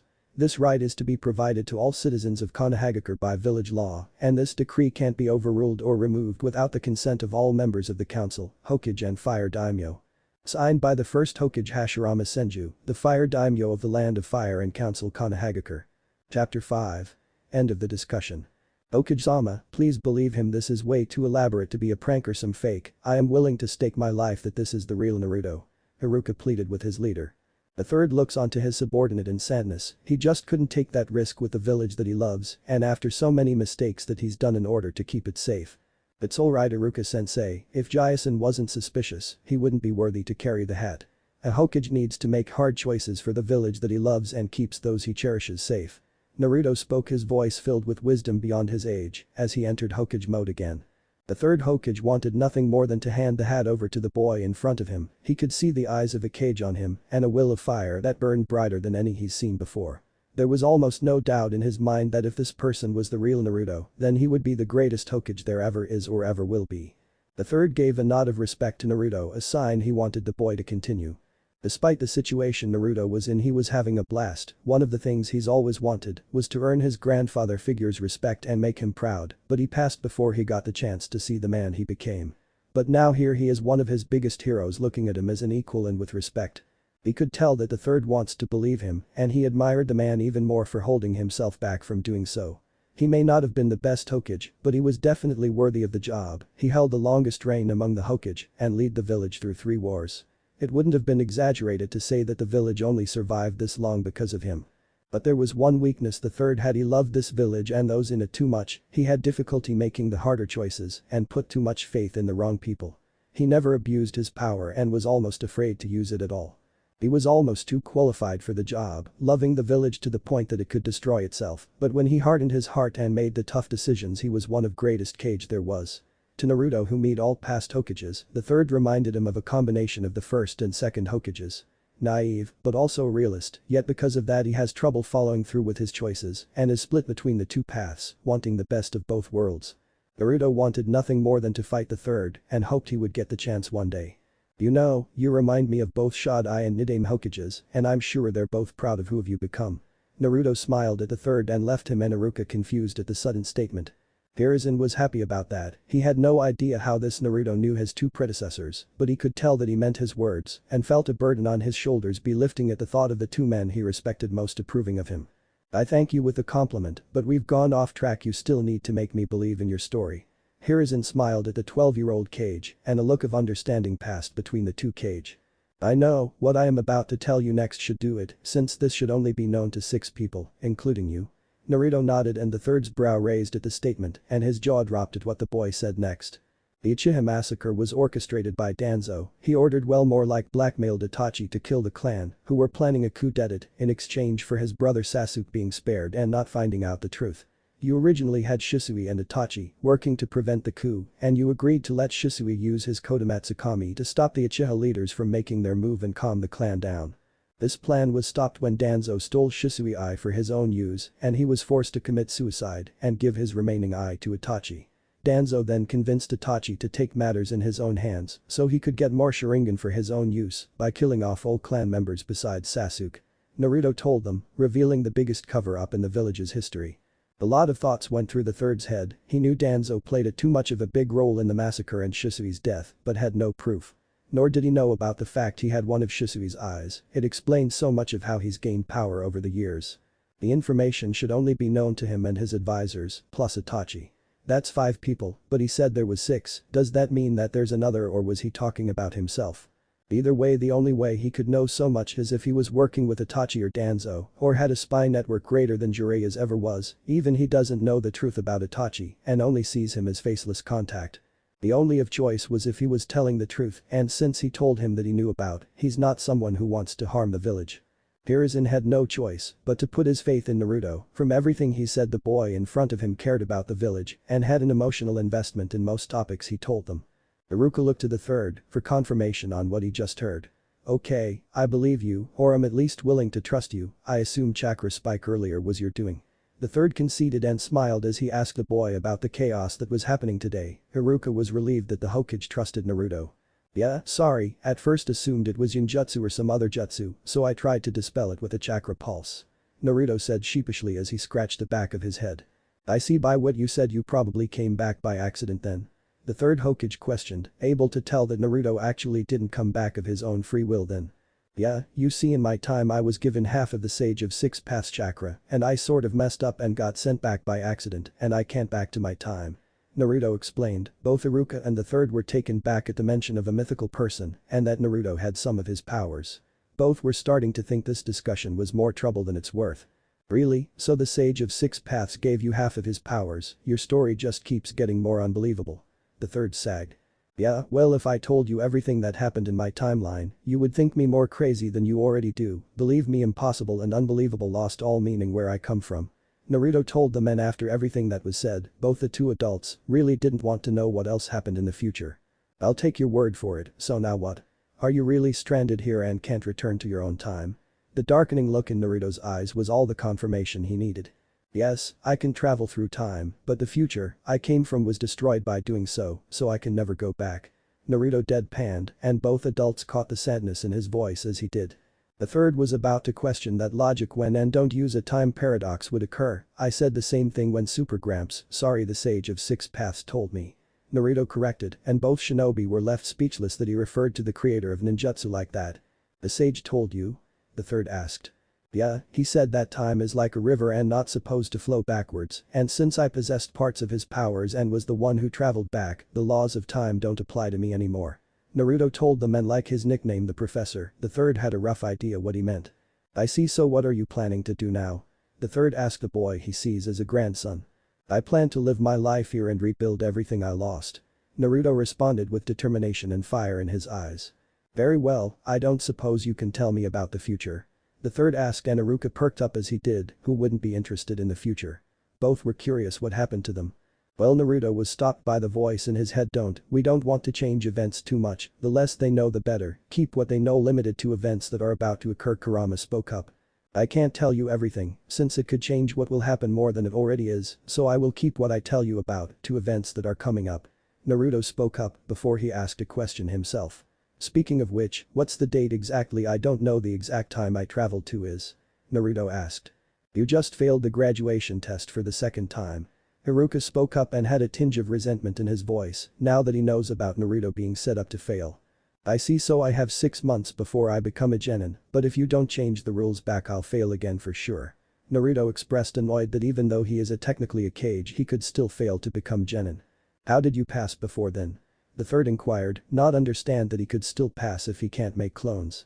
Mizuki was a traitor when I failed, he came up and told me if I steal the forbidden scroll and learn a jutsu I could become a Genin. I did and learned shadow clones which were perfect for me. Naruto revealed and Iruka took it hard. But Mizuki, he wouldn't do that. Iruka tried to argue, but Naruto stopped him. He was planning to steal and give the scroll to Orochimaru. When you showed up, he told me about the Kyuubi and that it was sealed inside me. Naruto spoke up and the third continued. There was evidence in the past showing that Mizuki could have killed his comrades, but we ignored it due to his track record in the end and some pushing from Danzo. Hiruzen spoke up to Iruka's surprise, having never heard of this before now. In which case I'll try and fix the academy graduation, if not we will let Mizuki's situation play out as before and then I can give you a field promotion and use the excuse that you learning shadow clones proves that Mizuki was sabotaging you. The third Hokage summarized before he ordered Iruka. Iruka, I know that he's your friend, but we can't let this lie keep a watch on him, but don't reveal your intentions. The third Hokage ordered.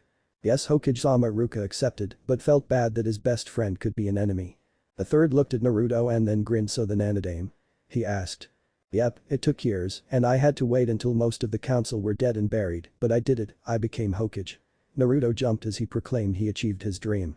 I don't suppose I could convince you to take the hat now, could I? Hiruzen laughed at the face Naruto made at the idea. No, way in hell, I escaped the paperwork and have no intentions of being chained down by it again so soon. Naruto practically screamed, causing Iruka and the third to laugh. Haha, I never thought all the day you would say no to being Hokage. Iruka laughed before the third chimed in. I understand. The blasted paperwork is literally a never-ending hell on earth. Sarutobi glared at said paperwork and Naruto joined in, any Kage would be able to tell they were trying to set the damn thing on fire. Yeah, well, I will take the role again, but I have some more pressing matters to attend to before I do. Naruto grinned as told them. Oh really, what can be more important than being Hokage? The third asked and Iruka looked at Naruto expectantly. Living my life, I love the village, but after I became Hokage, I wasn't able to live my life like I wanted anymore and it caused a lot of problems. Naruto told them, a look of regret in his eyes. So sorry old man, but I don't plan to become Hokage for a long time. Naruto told them. The third looked at the boy and understood. I understand being a Kage is a full-time job and doesn't give you much free time for other matters. Have any idea who should succeed me then? I don't want to stay in this chair until you're ready to take my place. Tsunade Bachin for Godame and Kakashi for Rakudame. By the time I'm ready they should have cleaned up the council and I'll be free to take over in peace. I swear some of the old farts just wouldn't let up no matter what I did. The village almost went into civil war because they wouldn't make me Kage. Naruto waved his arms in protest. Tsunade and Kakashi, I would have never expected them as Hokage, but I'm sure they did a good job and it's nice hearing Tsunade came back. The third had a faraway look in his eyes. It wasn't easy, but I'll tell when we get her to take the seat again. Naruto told him before he got a serious look on his face. Now I want to ask something, why is it I never learned about the Uzumaki clan at the academy? He asked with a hint of resentment. When he found out how close the village was to his clan, he felt insulted that it was never taught and his clan just erased. The third was surprised and anger at what the question could mean. What do you mean? The academy should have explained all of Uzumaki history and our relation with Yuzushi Agakure. Actually Hokage-sama, the information about Yuzushi Agakure was wiped from the curriculum after the Kyuubi attack. I remembered that our sensei just stopped teaching it and it's no longer on the list of what we should teach. Iruka spoke up, surprised to find out Naruto had a clan related to Konoha's longtime ally Yuzushi Agakure. Filler intent filled the room. What? How dare they break the treaty we had with them? Iruka, I will provide you with all the material to teach it and help you teach the class. This is an outrage. The council has gone too far. The third roared. Konoha owned more to Uzumaki and Yuzushi Agakure than anyone else, and the first Hokage himself would dismantle the village if he ever found out what they did to his relatives, not to mention the other two Kage and two Uzumaki they were close to. He looked at Naruto sadly and realized just how much he missed about his family. Naruto-kun, I'll hand over everything we have on your clan and let you to live in the Uzumaki compound. The third told the boy he failed. He planned for Naruto to learn about his clan and only now he realized just how bad it was and why he was so desperate to know his family before. Wait, Uzumaki compound? Naruto questioned, having never heard about it before now. Don't you know it? He asked, a hint of suspicion. How could he not know about the place the Uzumaki owned? I know about the Uzumaki clan's mask storage temple on the outskirts of the village, but by the time I started looking for more about my clan it was lost or destroyed. Naruto spoke. It was a sore spot with him that his clan was basically erased from history. The third pondered this before he asked, was there ever a major attack on the village? The look Naruto gave and how he masked his emotions provided his answer. I see, the Uzumaki compound has seals that make it impossible to find if you don't know where to look, and it's so old that it would have been forgotten about. If the seals were activated from an attack, then the compound would have been hidden from normal people and all knowledge it had protected. The third stated and was happy when Naruto smiled and got excited. Seeing the boy act his age warmed his heart, knowing that Naruto never completely changed from the boy he knew. You mean I can learn about my clan? Naruto asked with hope, and the third thought. Yes, and not just you, but everyone will. Sarutobi thought, not letting the slight against Uzumaki go on anymore. No one has sacrificed more for this villager than the Uzumaki. Their whole country was destroyed because of it, in the end.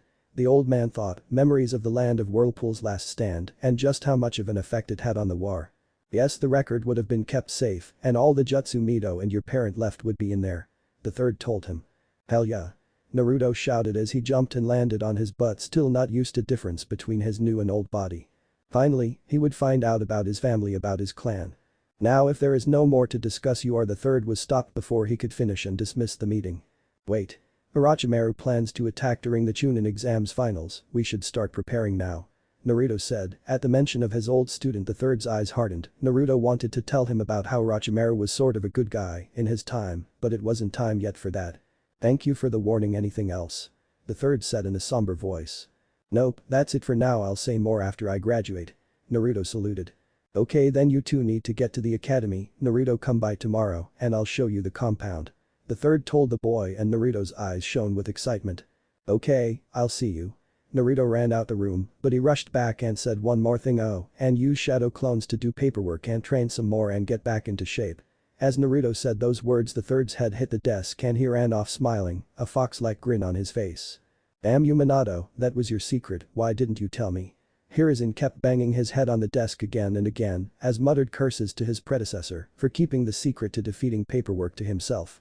Before Iruka could follow, the Hokage ordered him, his head still hiding the desk as he did. Iruka, keep an eye on him. Iruka looked back at his leader. You still don't believe him? He questioned.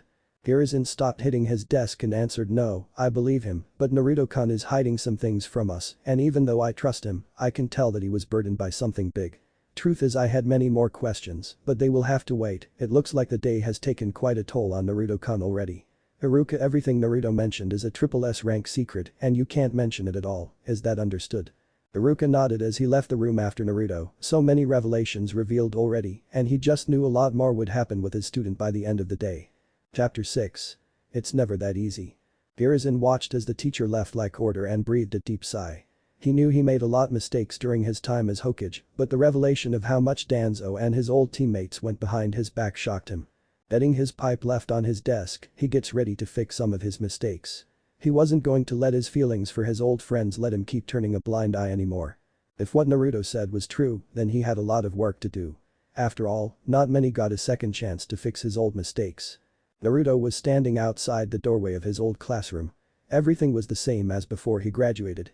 He stood frozen, his outstretched hand hovering just above the door. Feeling so many emotions, he didn't know what to do. Fear.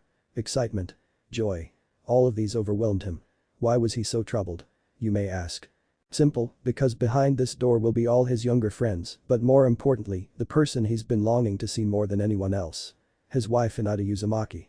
Except his Haim was no longer his wife or in Uzumaki anymore, and it scared him. It scared him that she was no longer his, that she didn't have any right to be with him. Sure, his Haim reassured him about her eternal love again and again, but the approaching meeting with her now that she wasn't his wife anymore terrified him. What if she doesn't love me yet? Went through his head. He knew without a doubt his Haim was his soulmate, his other half, and the only one for him. His true love. He knew if she didn't accept him, if she didn't give him her love, his life would have been empty. Even if he became Hokage, fulfilling his dream would have been hollow because he would have lacked the one thing he always wanted. Someone who loves him with all their heart. Someone who he could give himself wholly without fear. His eyes closed in remembrance as, the second time his heart was utterly broken. When Toneri stole his wife away from him, how she willingly went with him as she apologized because she rejected his love. He was too hurt and shattered to see the turmoil and hurt in her eyes at the time. How she didn't want to hurt him, how she only wanted to save her sister. He almost lost his beloved right after he was finally able to figure out his true feelings. He vowed it would never let her go again, that he would remain by her side together, that he would never let go of her hand. He took another breath and the first and most horrifying time of his life flashed before his eyes. The time when his wife almost died before he even realized her feelings, before he realized how much the first time she told him she loved him meant. He saw her fighting pain with all her heart, risking her life to protect him. She was the only person who came to help him back then, and he had been filled both overwhelming joy and sorrow. As the image of pain delivering the finishing blow alone tearful as here he experienced the pain of believing his Haim had died to protect him. He lost his anger and gave himself over to the hatred he felt and fully allowed the pre-reformed Kurama to take control. If Hinata had died, he would have truly been lost. He wouldn't have been able to keep smiling and would have broken when Obito killed his comrades in the war. His hand finally touched the door it was hovering by. It may not be his wife in there, but she was still the woman he fell in love with. Their love has gone through many trials, and they have always come through closer and stronger. Even if she didn't love him, he would still love her and make her his once more. He was still scared, though. He wanted to be with his family, to hug his wife, to kiss her. But he couldn't, at least not yet. But one day we will have our family back in Hinata. With determination Naruto slid open the door ready to face his latest trial. The world froze for a second, his eyes landing on his young Haim in seconds. His azure orbs met her lavender moons. Time went by slowly as the star-crossed lovers met once more, their love for one another, overcoming even time and space. He watched mesmerized as she went through the stages of love sickness just from his stare alone. She was adorable to him, rose covering her cheeks, and her eyes sparkled at him in love and adoration. Her soft pale skin seemed to glow as her hands came together. Her silky midnight blue hair was short, yet it still made her beautiful, and he still desired to run his hand through it. He was entranced as she looked away in embarrassment, an action she never outgrew, and he was happy she didn't. He loved her, all of her. The brave and determined tigress that would fight for her loved ones, as well as seduce and play with him, to the shy kitten she would become at a moment's notice because of him. He loved all of her, every aspect of her, and though he knew she doesn't like her shy side, he never wanted to lose it because it would mean losing a part of the woman he loves. Wow, how could I have been so ignorant? She's beautiful. He couldn't understand how his younger self could ignore such a goddess. She was beauty incarnate in his eyes. Yet despite her feelings, despite how amazing and beautiful she is, he never once looked her way. Sure, he always thought she was cute, but he never bothered to really look to see how beautiful she was inside and out. But now he was no longer his ignorant self. Sure, he may still be dense sometimes, but his Haim radiated beauty that would make her the envy of others and the desire of many. She could have had any man she wanted, yet she chose him. His heart felt warm at the knowledge of this, that she chooses him above all others because she truly loves him. He regretted not getting with her sooner, he regretted not being with her all those years, for missing out on so much, especially when he looked back to how adorable her younger self was. He missed never spending time with younger Hinata-chan. Sure, his Haim was a goddess and adorable, and he loved her, but to him her younger self was the cutest she ever was. She may have been much more beautiful when she was older, but that was a different charm from the Haim before him now. And he counted himself lucky that he got the chance to experience the sides of his Haim he never got the chance to before. A chance to not miss out on being with his soulmate when she was younger. The two future lovers just stared in each other's eyes, shyly ignorant to the rest of the world. Hey look, the idiot forgot to get change out of his pajamas. And look at them. They're all wrecked. The loser probably can't even afford real clothes in the first place. Maybe that's why he's always in that horrible orange jumpsuit. The harsh words came from one Sakura Haruno, the person who was like a sister to him in his past life. Looking down in horror he saw she was right. He was still in the pajamas he wore this morning, damaged from earlier. Red tinted his face as he became the laughingstock of the class. Dirt covered his features as he looked at his future pink-haired teammate and he remembered what she was like before they became Team 7. To put it simply, she was a bitch. He may love her like family, but now he could clearly see it without his desperation for attention, her attempting to one-up Sasuke weren't blinding him anymore. But it wasn't just Sakura, his eyes surveyed the room, all his friends, Shikamaru, Choji, Ino and Kiba, were all laughing, heck even Sasuke Timi and Shino had small smirks. And another realization hit him hard, for in this time, they weren't his friends, or at least nowhere near what they became. Sakura was a bitch and fangirl that doesn't care about anything or anyone else, but Sasuke, he was going to have a hell of a time changing her back into the young woman and dependable shinobi she became in his time. Shikamaru and Choji were both laughing at his expense. Sure, they were still technically friends in this time too, but they didn't respect him at all. It was also quite highly they let him hang out with them more out of pity than actual friendship, now that he thought back to it. After all, they never invited him over to their house or parties, they also always refused his invites to his house. That one year he grew brave enough to attempt to throw his own birthday party. His eyes landed on Ino, who was also laughing. They were never friends at the academy, but she was one of the ones that least changed as they grew up. Sure, she's a fangirl, but if he remembers right, Ino always had a soft side, and if her and Sakura never broke off their friendship to start a rivalry over Sasuke, she would have been one of the more tolerable members of his old class. She also understood that Sasuke wasn't everything, even if she still throws herself at him, she was dependable when they became genin. Next was Kiba. He was like Shikamaru and Choji, someone who Naruto befriended somewhat at the academy, but had zero respect and only saw him as a fool that would never become Hokage and should stop trying. He remembered how during their academy and genin days, Kiba was quite arrogant until he beat some sense and respect into him at the Chunin exams. Knowing him, he'll have to do that again to get him to back off.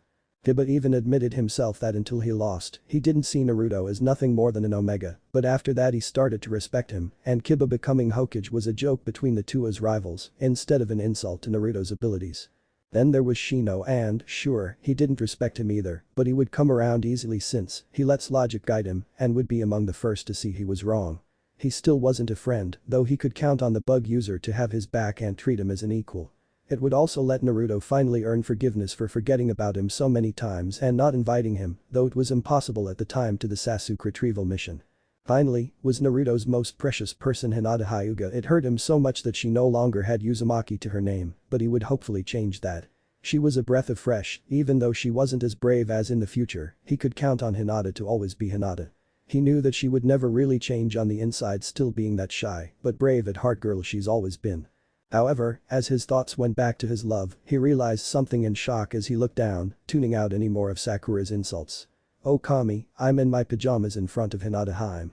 Sure, in the future, Hinata had seen him with and without his PJs on, but still, her seeing him now was so embarrassing, and what was worse, they had all tears in them and were coming apart. "Aw man, what will I do? Hinata Haim is a princess, she wouldn't want to be with a guy who looks like he came right out of the gutter." His fears were unfounded, but being seen like that by the one you love is embarrassing. His worries were unfounded, however, since Hinata loves him both inside and out, including the sweet fool he could be sometimes, and was having a much different reaction. "Oh Kami-sama, Naruto-kun is almost." She was at first worried when her crush came in with torn clothes. But when she realized how cute he was in pajamas, her mind began to wander. She quickly wiped her nose after getting too excited. She could clearly see her beloved's already developed muscles, and unlike the times she accidentally saw him with the Byakugan, they were in color. Naruto quickly fled the classroom, not wanting to make a fool of himself any further in front of his one true love. However, he was stopped as a hand grabbed him by the collar, and still unable to move 100%, he was easily held in place as Iruka brought him back into the room. "Why, Naruto, leaving so soon?" Iruka taunted as he held the squirming boy in the air. Glaring at his teacher, the boy shouted. "Come on Iruka-sensei, I need to get changed into some real clothes." Iruka only smiled as he responded. "Sorry Naruto, but class has been delayed long enough already. Please take your seat so we can catch up on lost time," Iruka said, an almost evil grin plastered on his face as he told the time traveler to sit down. "This for all the pranks I did growing up, isn't it?" he asked mentally, with a pout and glare to Iruka. Yes, it is." Iruka smiled, reading the boy's mind. It was a golden opportunity to get back at his little knucklehead, and he was going to savor it. Naruto begrudgingly made his way to his seat. It would do no good to make a scene now, and he could always get his sensei back later. Iruka and most of the class watched in half shock as Naruto passed the empty seat beside Sakura without so much as a glance. As Naruto made his way to his seat, his heart started hammering as each step brought him closer to his beloved Haim. He forgot all about his plan on not making a scene. He needed to be near his Haim once more. Hinata watched as the love of her life passed his well-known crush and made his way to her. "Oh Kami, is he going to?" She didn't get to finish her thoughts as what she swore was a voice of an angle met her ears. "Hinata-chan, may I sit next to you?" Naruto stuttered out, mentally hitting himself as his tenant had a fit. He was bloody Hokage, hero to the world, the child of prophecy, and talking to his future wife makes him lose his nerve. The class jaw dropped as Naruto acted well, like Hinata, as he asked to sit next to her. Sakura felt a twinge of jealousy and inferiority as the boy, until yesterday, was jazzing her like a lost puppy, was now stuttering and blushing because of Hinata, of all people. "The loser is probably only trying to make me jealous anyway," she told herself. She liked the power trip she got whenever Naruto came back for more when she rejected him. How it made her look desirable, even though her beloved Sasuke-kun ignored her as if she didn't exist. Hinata could only nod yes, like a bobblehead, as she tried not to faint. Her Naruto-kun gave her a dazzling smile as he took his sit next to her of all people. He glanced at her shyly as he said something that sent her heart soaring. Why, you're really cute. Her crush blurted out and she struggled with all her might not to faint as she looked away. Naruto had the same reaction to having realized what he was saying, the emotions he was feeling after everything that has happened overwhelming him. Iruka smiled as this gave him a very good hint on the future the boy came from. I'm happy that you two managed to find each other. He went on to start his lecture, Hinata and Naruto failing at trying to hide the glances they were sending each other. In the Hokage office. Hiruzen eyed his old teammates and rival Danzo. He was going to finally put down the law here and now. I'm sure you're all wondering why I called you here. He stated indifferently. Yes, I assume it's to deal with the surge of chakra that Uzumaki was the source of earlier. Kaharu stated. We should take measures to ensure the Jinchuriki is controlled and tell me, where did that information come from? The Sandaime Hokage asked. Our sources have told us that the chakra spike originated from Uzumaki-san's apartment, which is now partly destroyed. Homura replied, causing Hiruzen to mentally remind himself to give his Anbu a sweep through before anything else leaks. We should quarantine the Jinchuriki. He seems to have started experimenting with the power he holds. Measures must be taken to ensure he can properly control himself. Danzo spoke, the Warhawk already planning to use this for his gain. All three council members start to leave. And where do you think you are going? We are not done yet. He barked out, causing his three old friends to look at him in surprise. They thought for sure Hiruzen would agree this time, even he couldn't deny their Jinchuriki discovering his powers this early, and being left to his own devices was asking for trouble. And what would that be, Hiruzen? Danzo asked and backed away as his old rival gave him a serious glare. I am your Hokage Danzo, don't forget that. He threatened. And the Warhawk backed off as he bowed. Forgive me, Hokage-sama. He said with fake serenity. Hiruzen brought out a document that caused all three elders to start sweating, well, more like looking slightly unnerved in Danzo's case.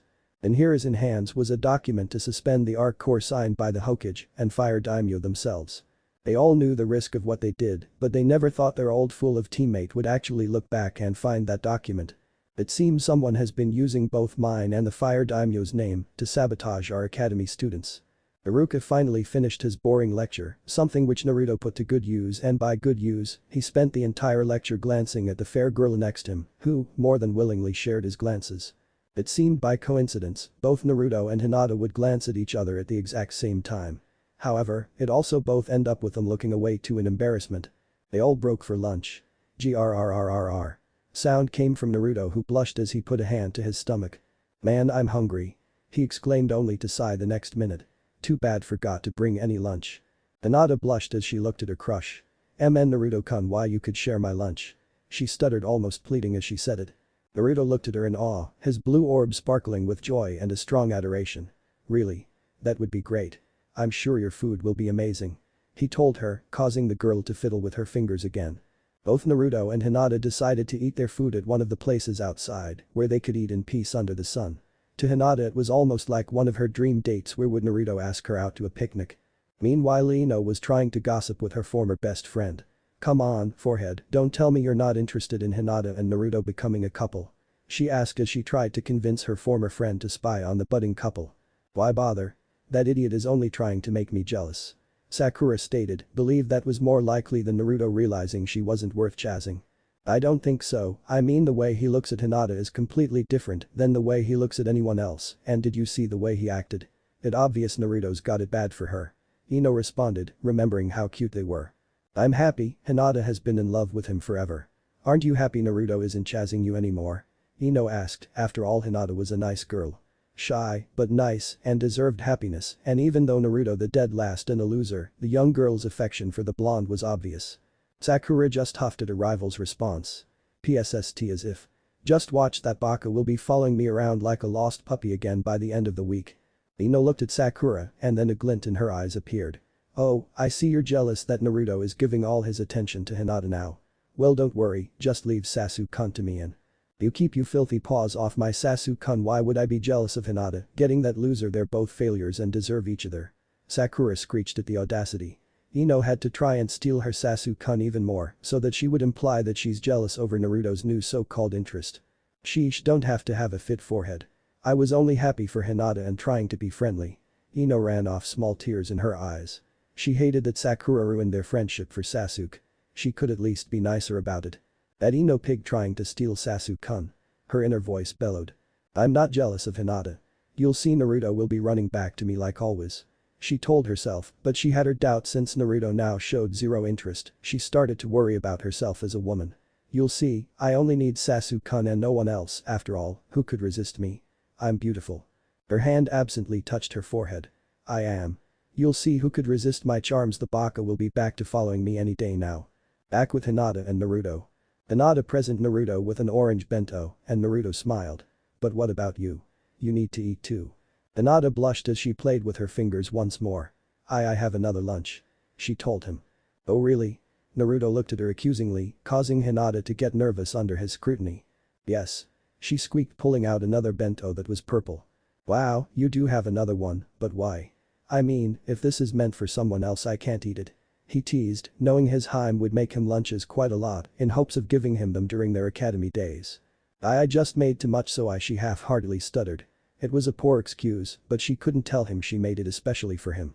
He would think I'm weird if I did that. Well, it's lucky for me that you did. Now I get to have your wonderful home-cooked meal. Naruto praised, watching as another adorable blush made its way onto his Heim's face. It's fun teasing her, I better enjoy it while I can before she learns to tease me back like old times. His eyes briefly darkened with thoughts of his lost future and family. I'll get it back no matter what. He instantly smiled and tired his Heim's cooking. He was disappointed when he didn't see the Naruto-shaped rice balls his Heim loved to make. He quickly took some of his food into his mouth. As it touched his taste buds it seemed like it melted in his mouth. His beloved was a wonderful cook. Man, Hinata Heim sure is an amazing cook. I can't wait, she's only going to get better when she grows up too. Hinata-chan, this is amazing. You'll surely make an amazing wife one day. He praised, causing Hinata to blush like the first time he said it to her on a mission.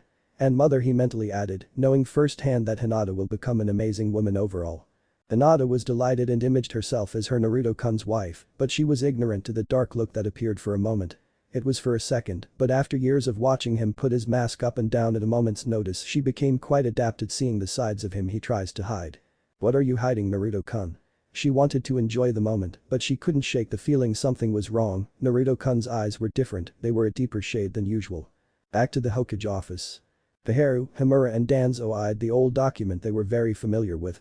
It seems someone has forged both mine and the Fire Daimyo signatures, and yet your signatures are genuine. Hiruzen gave them all an accusing glare. We can explain. Kaharu stuttered, in worry they could be in big trouble for this. Oh really, you have a good reason for committing high treason and preventing thousands of potential ninjas their chance to join our ranks. Hiruzen stated coldly, causing his two old teammates to flinch. Hiruzen, we need to keep him weak and controllable. Kaharu stated, and the Hokage immediately knew who him was. And why would preventing Naruto from becoming a ninja make him controllable? He asked harshly, fury in his eyes.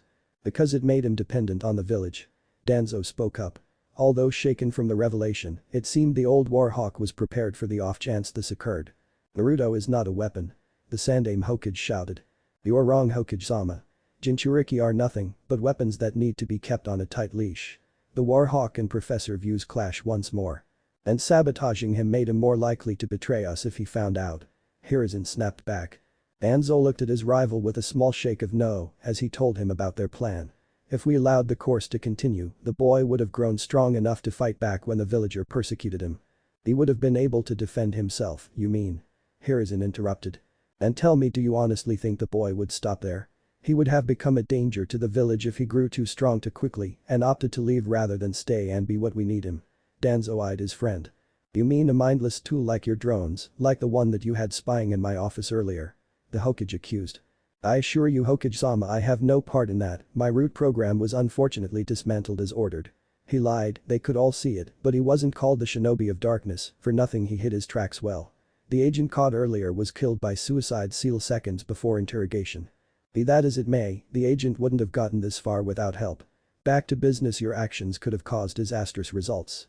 He got back to point, if Naruto learned this when he was young and left, then he could have turned the Kyuubi against them, and without an Uzumaki, they wouldn't be able to seal it away a fourth time. I beg to differ. By removing the program, the Jinchuriki was forced to become reliant on the village despite its ill treatment of him. This served to keep him chained down because he lacked the ability to leave and survive on his own in the ninja world, as well as unable to escape us if he tired. It was true any thoughts of Naruto leaving would have been hopeless, since even though he could survive in the village on his own, the outside world was different place altogether. He remained ignorant to the other villagers and had no place to go. They could have easily captured an unskilled Jinchuriki when he had no skills or anywhere to go. Once more, since we succeeded in confining him to the village, he's developed a need to be acknowledged since it's the only way his treatment would improve. This ensures his loyalty and we can keep a close eye on him, monitoring his abilities so he remains within our control. He would be strong asset, yet weak enough that he won't get any ideas of betraying us. Danzo finished, it was a good plan, Naruto did just as he predicted. He became loyal to the village second to none and never left despite any hard feelings he had for the place. Be that as it may, why remove the substitution of the clone jutsu, which would prevent Naruto from becoming a ninja in the first place? Hiruzen asked, even if Naruto was a Jinchuriki he would need to get official training somehow. You have nothing to worry about, we knew that he would never be able to do normal clones and planned to give him shadow clones after he failed gradation with the rest of his age group. With the village leaders helping him, he would have developed a strong sense of loyalty and believe we are on his side and earning his trust. Was the Warhawk's response and the other council members nodded in agreement. However, something else clicked with Hiruzen and he made a note to bring it up with Naruto. Either way I am reinstating the program immediately. Koharu and Homura looked ready to argue. Do I need to remind of the crime you committed with this stunt and do I need to get the fire daimyo involved? Both shut up after that. No need, we will allow the reinstatement of the program. Danzo stated, causing the others to back off. It affected his plans a bit, but he could still make do with the current state of the Jinchuriki. He would use his right eye to win the daimyo over, but he couldn't let Hiruzen catch on to the fact he had it. Not only that, but the ninja are too loyal to Hiruzen for me to take control now, and a civil war would be disastrous with what will be coming in a few months. Hiruzen was having similar thoughts. This would have been the big chance to get rid of Danzo once and for all, but with Shisui in his possession, he would be able to easily turn the daimyo to his side, and with Orochimaru planning an invasion, we can't risk civil war with what's left of Root. Both leaders of their respective factions were at an impasse, opportunities lost for the greater good. If that was all then we will take our leave. Koharu stated, but was stopped once more. No, there is one more thing to discuss. Why was the Uzumaki and Uzushi Agakure removed from the academy curriculum when they were both key figures in the village's founding? The three elders before him begin once more sweating, knowing this would be harder to deal with. That speaks for itself. The Uzumaki were masters of sealing jutsu. If the Jinchuriki begin meddling with his seal it would be a catastrophe. Not only that, but if he thought he had family, he would most likely leave to look for them. Danzo shouted, he could live with the Jinchuriki getting extra training this late in the game, but if the boy discovered his heritage, it would ruin his plans. Not to mention after the war, those who suffered major losses to the land of Whirlpool still hold grudges against the Uzumaki and would most likely target Konoha if we showed open support. Homura was the one to speak this time. And it didn't occur to you that you were desecrating the memory of a village that was all but destroyed aiding us, or the fact that our sensei was related to them. Hiruzen snapped, the Uzumaki and their village was their greatest ally since the village founding, so much so that their clan symbol was incorporated into the village's official uniform and symbol. I'm sure Tobirama sensei would have agreed. After all, the village always comes first was the very first lesson he taught us. Hiruzen glared in disgust at Danzo as he spoke of their deceased master as he tried to twist the man's words around for his own benefit. Either way, did you even consider what could have happened had Naruto found? Hiruzen roared, but the advisors were completely unaffected by it since they never intended for the boy to learn about his heritage. I will also be adding the Uzumaki clan back into the academy curriculum and Naruto will receive the clan compound and inheritance left by the clan. The Hokage said with finality, causing an outrage with the elders. Are you insane? If that boy finds out about his clan, he could turn against us along with the Kyuubi. Koharu screeched. It was foolish, it was like giving the fox the key to his cage. The Yondaime Sama seal was based off the Uzumaki clans, it would be easy to open it with the original documents. Hiruzen, have you gone senile? Even you should be able to see what would happen if the boy found about his heritage. Danzo tried to reason. He couldn't let the boy find out, not when he spent years ensuring he would never find out. You will address me as Hokage-sama and sadly, you are too late. Naruto has already learned about his heritage and clan. The Hokage smirked as the elders went still at the new revelation and the impact it would have. What were you thinking telling him? Shouted the two elders while Danzo silently gripped his cane in anger. If the brat knows, making him the weapon he needs to be will be harder. The amount of work Danzo had to make the power of the Kyuubi was increased a lot now that the boy knew. It wouldn't be impossible, but he would need to make drastic changes to his original plan to compensate. Silence. The Hokage roared, shutting the two elders up. For your information, Naruto discovered it on his own, since you obviously didn't hide it as well as you thought you did. Regardless, there will be a council meeting with the ninja clans tomorrow to officially instate the Uzumaki as a clan of Konohagakure. The elders were going to argue before they were dismissed. Dismissed. Hiruzen voiced boomed throughout the office, commending them to finish and save the discussion for tomorrow. The elders all left, dissatisfied. In a matter of minutes their power and plans were dismissed and they lost a great amount of influence. Back at Academy. The day was finally over and Hinata could honestly say it was one of the best days of her life. Her Naruto sat, talked and ate with her. She should have been on cloud 9, but several things ruined the moment. Naruto looked at his Haim. "Hey Hinata-chan, want to get some ramen with me? I know where we can find the best in the world." Naruto invited his Haim on an unofficial date. But was surprised when Hinata bolted out her seat and through the door as soon as class was dismissed. Naruto quickly jumped up and followed as best he could. In his current state, he still had yet to get used to the difference in size of his younger self compared to his old body. Luckily, Hinata didn't get far, easily catching up to her as she ran away from him.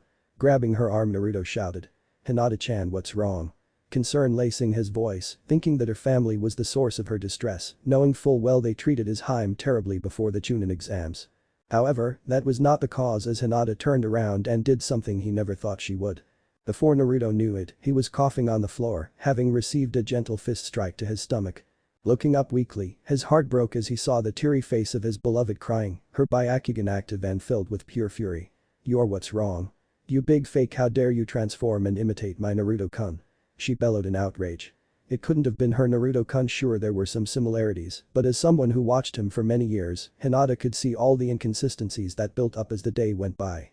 It crushed her that the person she was talking to wasn't her beloved, but more than that she was furious at the fact it took her so long to notice and most of all pissed at the phony that was playing with her feelings. Her Byakugan glare would have made her father proud for the first time as she truly gave a death glare befitting a Hyuga. Naruto's heart screamed out as her words hit. Once more he felt like killing his younger self for ignoring his Haim for so long. It was no surprise she wouldn't believe him when until this morning he barely even knew she existed. He was belittling himself, he knew he needed to take it slow and keep a low profile, but desperate for comfort in this new world, he couldn't stop himself from approaching his only source of it, instability.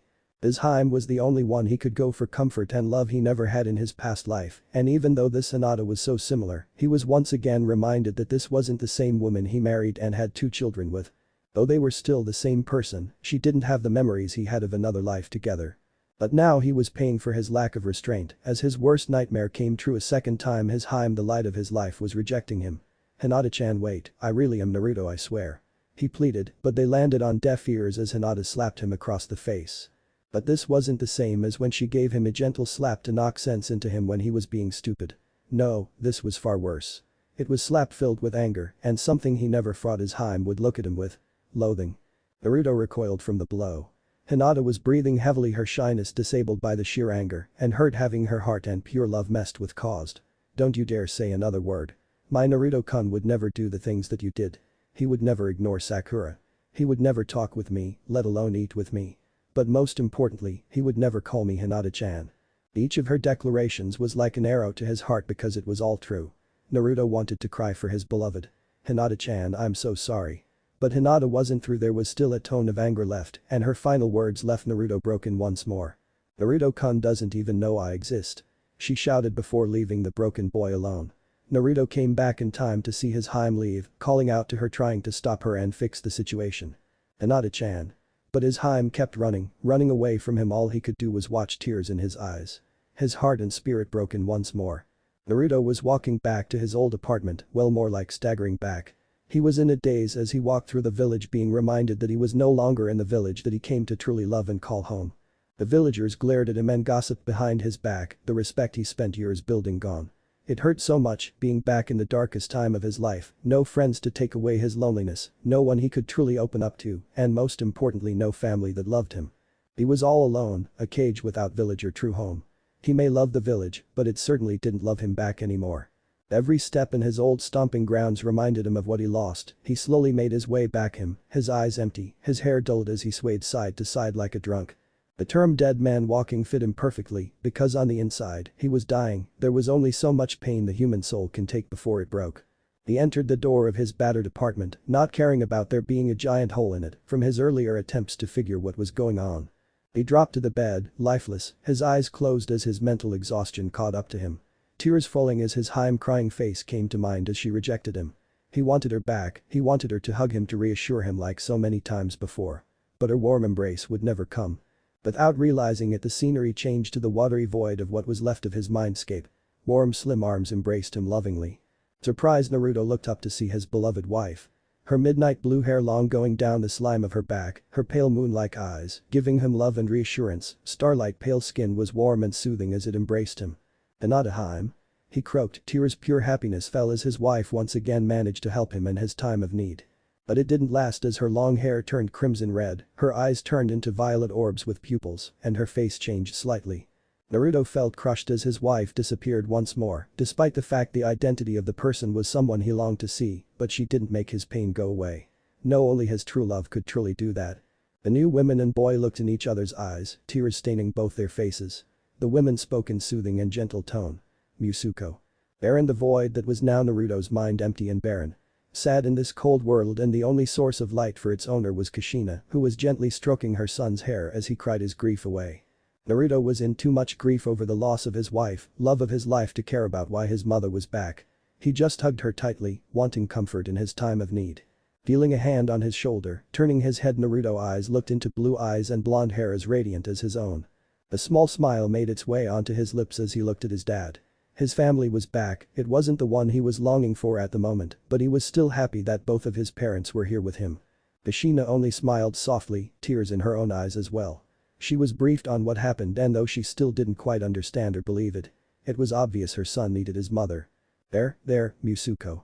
She couldn't help but feel a burst of joy that well inside her as her adorable baby hugged her tighter, wanting comfort. The tears that welled up in her eyes fell freely. After 12 long years, she finally got to see her baby again. Although it was sooner than expected and for a different reason altogether, she was still going to help her baby boy and give him her motherly advice. Hinata was having a similar reaction. The legendary Yondaime Hokage had tears in his own eyes as he looked at the state his son was in. Because this was his mindscape. Naruto's appearance was a reflection of his current state of mind, and though he was an adult in mind, he now looked like sickly 5-year-old. "This is my fault," he thought misguidedly. He trusted the village to look after him, and what he saw while trapped in Seal horrified him. He was surprised when he found his son actually obtained happiness. He always sorts in the future. Since unlike Naruto, his and Kushina's chakra was that of the present and not of the future. Despite all the hardships his son went through, he couldn't help the immense pride he felt of learning of the man his son became through perseverance. But as he looked at his crying son and the shadow of the man he apparently once was, he felt nothing but guilt, because if he or Kushina had been there for him, their son could have had the happiness he wanted all along. If only we were there, then Naruto would have never had to suffer so much. He could have been happy from the start and not feel the need to start over. For Minato, he could only think that this could have all been prevented if his son only got the happy life he always wanted and deserved from the start. Exiting his thought, the father kneeled down and hugged both his son and wife. "Don't worry, Naruto, we're here and we can finally be a family." Naruto only sniffled as he looked at his two parents, their faces exactly the same as he remembered and so full of the love he always sought. "Ah-chan, Tu-chan," he said weakly. Both parents only gave their son their unconditional love. "Why are you here?" he finally asked, his grief-stricken mind finally questioning their presence. The answer came in a big voice. "The old man brought them back. After you left, the seal was in shambles, so he fixed it while releasing these two as well." Kurama stated, no longer held in its cage, though there was a little collar around his neck with the kanji for seal on it that kept the beast inside its Jinchuriki. The fox glared at Kushina, who was giving it the stink eye. Still remembering the night, the fox took both hers and her husband's life from them. "Even if Sage of Six Paths vouched for you, I'm keeping an eye on you." To her it didn't matter that one of the most powerful begins in existence turned over a new leaf. Having only known the bastard the beast was, she wasn't ready to trust him, especially with her precious son. "Ha-chan," Naruto voiced, and Kushina's glare instantly turned into a loving smile. The fox just looked the other way, huffing. Minato only shook his head. He would admit he found the fox a bit unnerving, but after witnessing the last day his son went through from within the seal, he knew that Naruto and the fox had a special bond. He only smiled in both happiness and irony.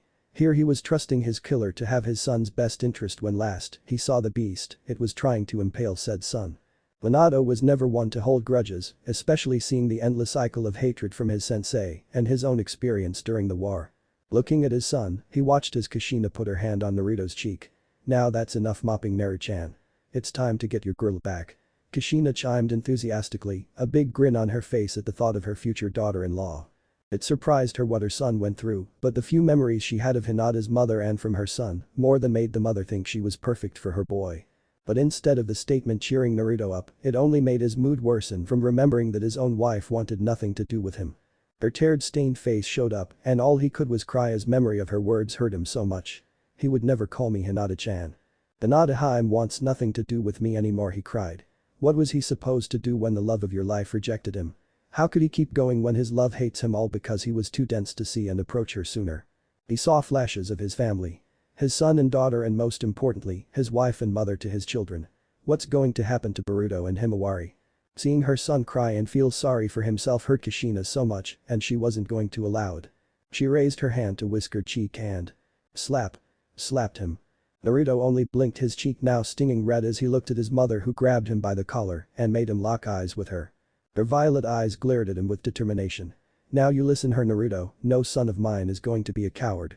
She shouted fiercely, scaring Naruto as he remembered that his mother's nickname was the Akai Chishio no Habanero, red hot-blooded habanero. It wasn't exactly his first time witnessing this side of her, but the brief moment from when they talked before the Fourth Shinobi War made him understand all too well why Shikamaru and Kiba always said their Kachans were scary. And now that side of her was directed at him and he could honestly say that he was scared of his Kachan right now. Minato and Kurama could only slap themselves, remembering that Kushina wasn't exactly known for her subtle side. Kushina hair waved out into what looked like 9 tails and fire burned behind her eyes. Now you listen. You are going to walk up to Hinata and give her a big sloppy one on the lips and then you are going to tell her that you love her. Naruto was speechless at his Kachan's request. But he tried to stutter out, sounding just like his wife. No buts. I want to see my grandchildren, so stop tiptoeing and just go all the way already. She roared, shocking Naruto. Luckily, his father finally had enough and tried to put a stop to his wife.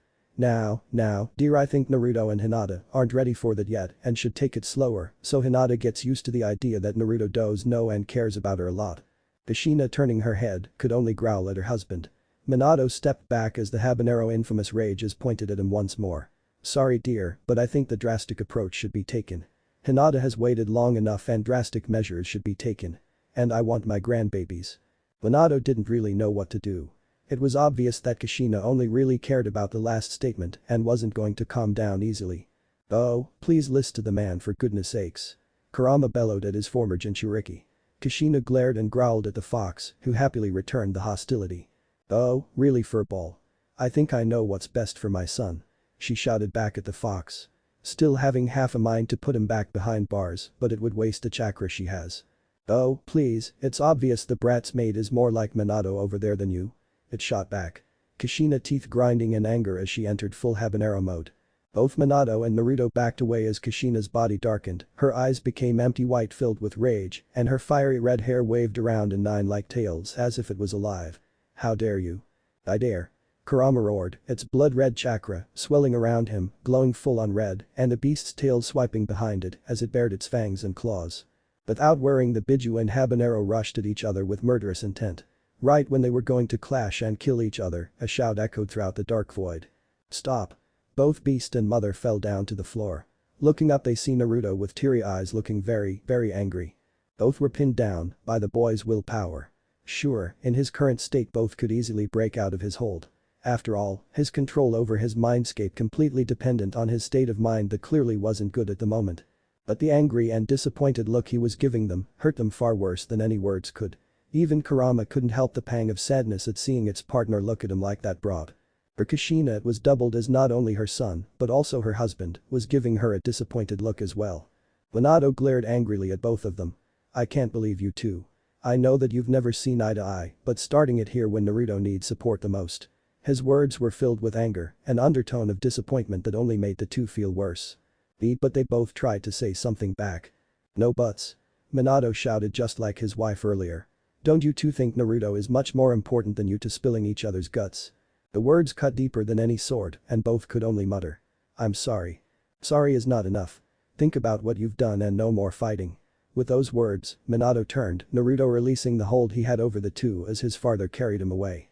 Both Kushina and Kurama sat down, frowning as their tails' hair fell to the ground and both their faces dropped in self-disappointment. Kurama's ears dropped, making him look especially cute. Once he got far enough away, Minato closed his eyes and when he opened them the house he and Kushina stayed in as they waited patiently for Naruto to born appeared. They were supposed to live here together as family. It hurt so much that never happened, but now that he was here with Naruto, he was going to do his best to give him the family he should have had. Minato entered the house and went upstairs. He saw a door with an orange sign on it with a drawing of Minato and Kushina on it.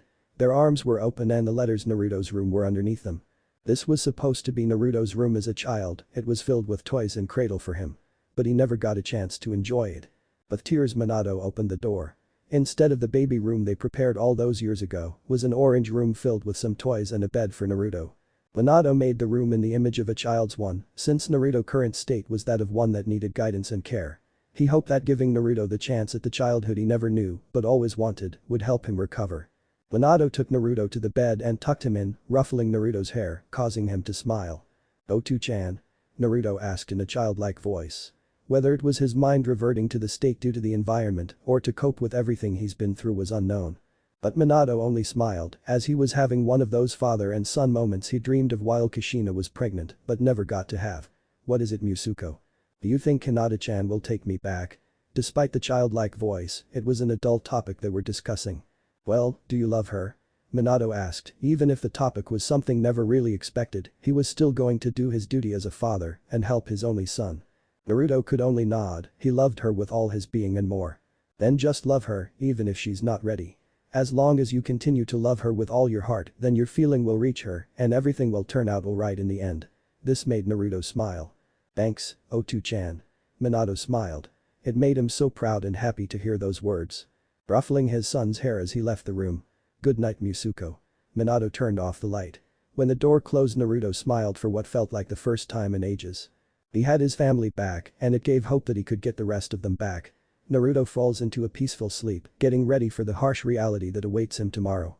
Kushina and Kurama make up. Both Kushina and Kurama were sitting outside in the cold dark void that was now Naruto's mindscape. The fox and redhead looked at the nice cozy house that was the only source of light and shelter in this world. "This is all your fault." Kushina grumbled to the fox, making sure to look away from the beast. "My fault?" The fox snapped back. "It wasn't my oh so brilliant idea to have the kid go up and kiss his mate." The beast shot back. "My plan was genius's. One kiss from my Naru-chan and Hinata-chan would be putty in his hands." Kushina retorted glaring at the fox. "Ha ha ha, earn him a big slap. You saw how his mate reacted when the brat was nice to her. Do you truly believe she would be any more accepting if the kid were to kiss her?" Looking away and crossing her arms Kushina responded. "Of course, Hinata-chan loves Naru-chan so of course she would be happy to get kiss from him." Kushina stated, a hint of arrogance in her tone. The fox could only slap himself. But she doesn't believe that he's the real brat in the first place. Having the decency to look embarrassed, a tinge of red colored her cheeks. "Shut up, I'm his Kachan, I know what's best for him." Giving her a look that clearly stated that she was wrong, Kurama sarcastically replied. "Oh, this coming from the women who told him to go for a girl like you." Turning red in anger, her crimson hair raising up to challenge the insolent fox. "What was that? What's wrong with my son marrying a woman that was just like me?" The fox's eyebrow rose, as if telling her, "Are you serious?" Seeing that she was, the giant chakra beast shook his head. Right when Kushina was going to shout back, a giant TV fell from the sky landing in front of Kushina. "Shanro!" Echoed throughout the void as the TV showed a memory of Sakura hitting Naruto. As soon as the clip finished it would instantly switch to another similar scene of Naruto getting hit and it continued showing the almost endless amounts of time Sakura punched the poor boy. "See if you have your way, the kid would marry a woman who spends all day and night punching him." Turning red in both rage and embarrassment. "That's not true, I have never once hit Minato-kun and Hinata-chan has never hit Naru-chan." Kushina shouted, pointing a finger at the fox. However, she was proven wrong when another video started to play. "Minato. Kakashi. Obito. How dare you forget Rin's birthday?" The Akai Chishio no Habanero, red hot-blooded habanero, froze as the new clip showed her beating the living shit out of the boys after they pretend to forget Rin's birthday in order to surprise her. "I rest my case." The ancient old fox stated smugly. A grin that showed exactly why the foxes were so well known for mischief. "That proves nothing. Hinata-chan is like me, I wasn't wrong." Kushina shouted too stubborn to admit defeat. The fox gave her "Are you serious?" look. Again enraging the women as golden chains started waving behind her menacingly. Before she could react though a second TV dropped from the sky right next to the other. Looking at the new and old TV, her irritation only grows further at what both screens were showing. Both screens showed almost the exact same image. The screen on the right showed a small blonde boy sitting at a desk, wearing a hoodie with green trimming. He was looking behind him, a tinge of red on his cheeks and admiration shining in his eye. The screen on the left was the exact same, except there was a blue-haired girl sitting in the same position as the boy, and her hoodie was a creamy color. But she too had an almost identical look of admiration and blush, coloring her face as the boy did. Kushina was left speechless, her mind processing what was in front. Taunting her above each of the screens, flashing in bright yellow was Kushina's view and Naruto's view. It's obvious Hinata is more like Minato than she is you. Growled the fox in victory, triumph shining in its eyes as it watched his former jailer seethed in outrage. I've had it. Kushina shouted, preparing to rip the fox a new one. I'm going to turn you into a new fur coat. She threatened. Kurama, however, wasn't bothered in the slightest. Bring it. In one last desperate attempt not to lose to the fox, Kushina screamed out. You're just jealous because my grandkids are going to love me more than they'll ever love you. This got a different reaction as the beast responded to the woman's taunts. Keep dreaming. Once more the screen changed, but this time it showed a young Himawari cuddling up to pet-sized Kurama. Kurama-kun, you're the fluffiest cuddly in the world. Hima breathed out as she buried her face into Kurama's fur. Now, as a giant chakra beast of mass destruction, no one would ever believe that Kurama willingly let itself be turned into a child snuggly. However, Kurama learned the hard way that children have a way to always get something when they really want it. It didn't take long for Himawari to tame the fox better than her dad ever did. At first, he cursed the child's insane cuteness. But because the beast never really had affection from any other human but its father before Naruto. Its partner's children, especially Himawari who loved cute and fluffy things, quickly endeared themselves to it. And now as it watched Kushina's horrified expression, it took great pride in the fact that Hima loved his fluffiness so much. Take that, bitch. Was the fox's satisfying thought. Before the fox could blink, however, Kushina jumped the beast, her chains wrapping around it, causing the beast to struggle as it tried to shake the annoying women off. The two unmovable forces fought one another before Minato slammed the house door open. What is going on out here? Naruto is trying to sleep. Both Kushina and Kurama stopped in their tracks. Kushina was currently in Kurama's mouth, her chains wrapped around him and stopping him from making a meal of her, the chains wrapped around his head, causing one ear to be flaunted. Both of them looked at Minato like deer trapped in headlights. He or she started it. Both tried to pin blame on the other, but Kurama's came out as a mumble with his mouth currently occupied with Kushina. He's jealous because Himawari and Boruto will like me best. Kushina give her case, not backing down even in the face of her husband. Yeah right, who would they rather snuggle up with? An old hag or soft and fluffy fox like myself? Kurama growled, glaring at the women. Right when the two were going to go for another round. Enough, both of you, I don't care who started it. Minato shook his head at the two's childish behavior. Besides, it's obvious the kids would love me the best. After all, I can take them anywhere they want with Hiraishin no Jutsu, Flying Raging Jutsu. Oh yes, the glory of his and the second teleportation jutsu was truly a wonder. With it, he could visit any amusement park, show or resort on the planet and still be back by dinner with no one the wiser. As Minato dreamed of the possible future bonding with his future grandchildren, he felt a sudden burst of killer intent. Looking at Kushina and Kurama, both were glaring at him due to the fact they were in Naruto's mindscape. They needed to put a tiny bit of focus to make sure their thoughts aren't broadcast to everyone in their shared host. Minato unfortunately didn't do this, a bead of sweat dripping down the Yondaime Hokage face as both Kushina and Kurama grinned at one another before clicking their fists menacingly at Minato. Now there's no need to get angry, I'm sure the kids will love us all. He was cut off as both the beast and his wife came to a truce, pouncing on the poor man. Chapter 8. A new Naruto. Sleepy eyes opening, staring at an unfamiliar ceiling. At the sight, his Hokage instincts and experiences kick in, causing Naruto to bolt out of the bed, his eyes surveying the room ready to escape before his mind was even awake. When his mind finally caught up, so did his memories of everything that happened yesterday, making the man turn boy curse. Shit. Despite what he hoped, his time travel incident wasn't just an elaborate dream. He somehow really did accidental travel back to his pre-genin days and erase the future he spent years building. To make matters worse, his future wife hated him and his friends thought him a joke. What was next on the list of how best to screw Naruto's life up? Patching a strange scent making its way into his room, Naruto left the room hoping to get this day over with. Well, it's not like it can get any crazier. Apparently, he was dead wrong. The minute got down the stairs, Naruto saw his deceased father black and blue on the couch, while his deceased mother just laid down a plate of meat in front of a German shepherd-sized fox, while also petting said fox on the head. Morning sweetie, breakfast is served. His mother happily waved her hand to the table full with enough food that it was like a 5-star restaurant. Grrrr. His stomach took the chance to say it wanted feeding as besides the meal his former Heim gave yesterday he hadn't had anything. Naruto knew this being all in his head wouldn't feed his growing hunger, but it would at least make him think he was full, so his hunger didn't bother him for a while. Taking a seat, Naruto gave his parents and fox partner weird looks. "How is it, Kurama?" Kushina asked, the fox with a smile surprising the boy as last he saw they were at each other's throats. "Delicious, nice and juicy, just how I like it." Fox responded in a deep voice, chewing on his own food like a common house pet. When his blue eyes laid on his father, Naruto was surprised to see the man looking as if his soul was sucked out, his fork poking at a plate full of green instead of the full English breakfast everyone else had. That was it was official, Naruto had gone crazy in the hours he's been asleep, the mental household having turned upside down. And honestly, Naruto didn't care. The world already proven it has more ways to screw him over, it was own fault for inviting as soon as he woke up. Stabbing his fork into the sausage, Naruto let the food melt into his mouth, humming as he did. "It's good, but still not Hinata Himes." Naruto thought, scoffing down the food, eating food with his family, even if it was not the one he was longing for at the moment. Ironic, wasn't it? He spent his whole life wanting to eat with his family like this, and now that he's got it, he would trade it all just to see his wife, son and daughter smiling back at him. Having finished a family breakfast, Naruto woke up in his half-destroyed apartment, putting on a blue shirt and orange sleeveless jacket, coupled with blue ninja pants. Naruto left. Looking at the time, he saw he had just enough time to get some training in. 30 minutes later. Using a shadow clone as a decoy to remove any unwanted stalkers. Naruto wasn't a fool. Danzo or the council would have eyes on him after he blew up his own apartment. Speaking of that, how was he going to fix it? Well, he was sure Jai-san would sort something out, but at the moment he needs to keep under the radar, which would be hard to do as he needed to train back up and prepare for the future attack on the village.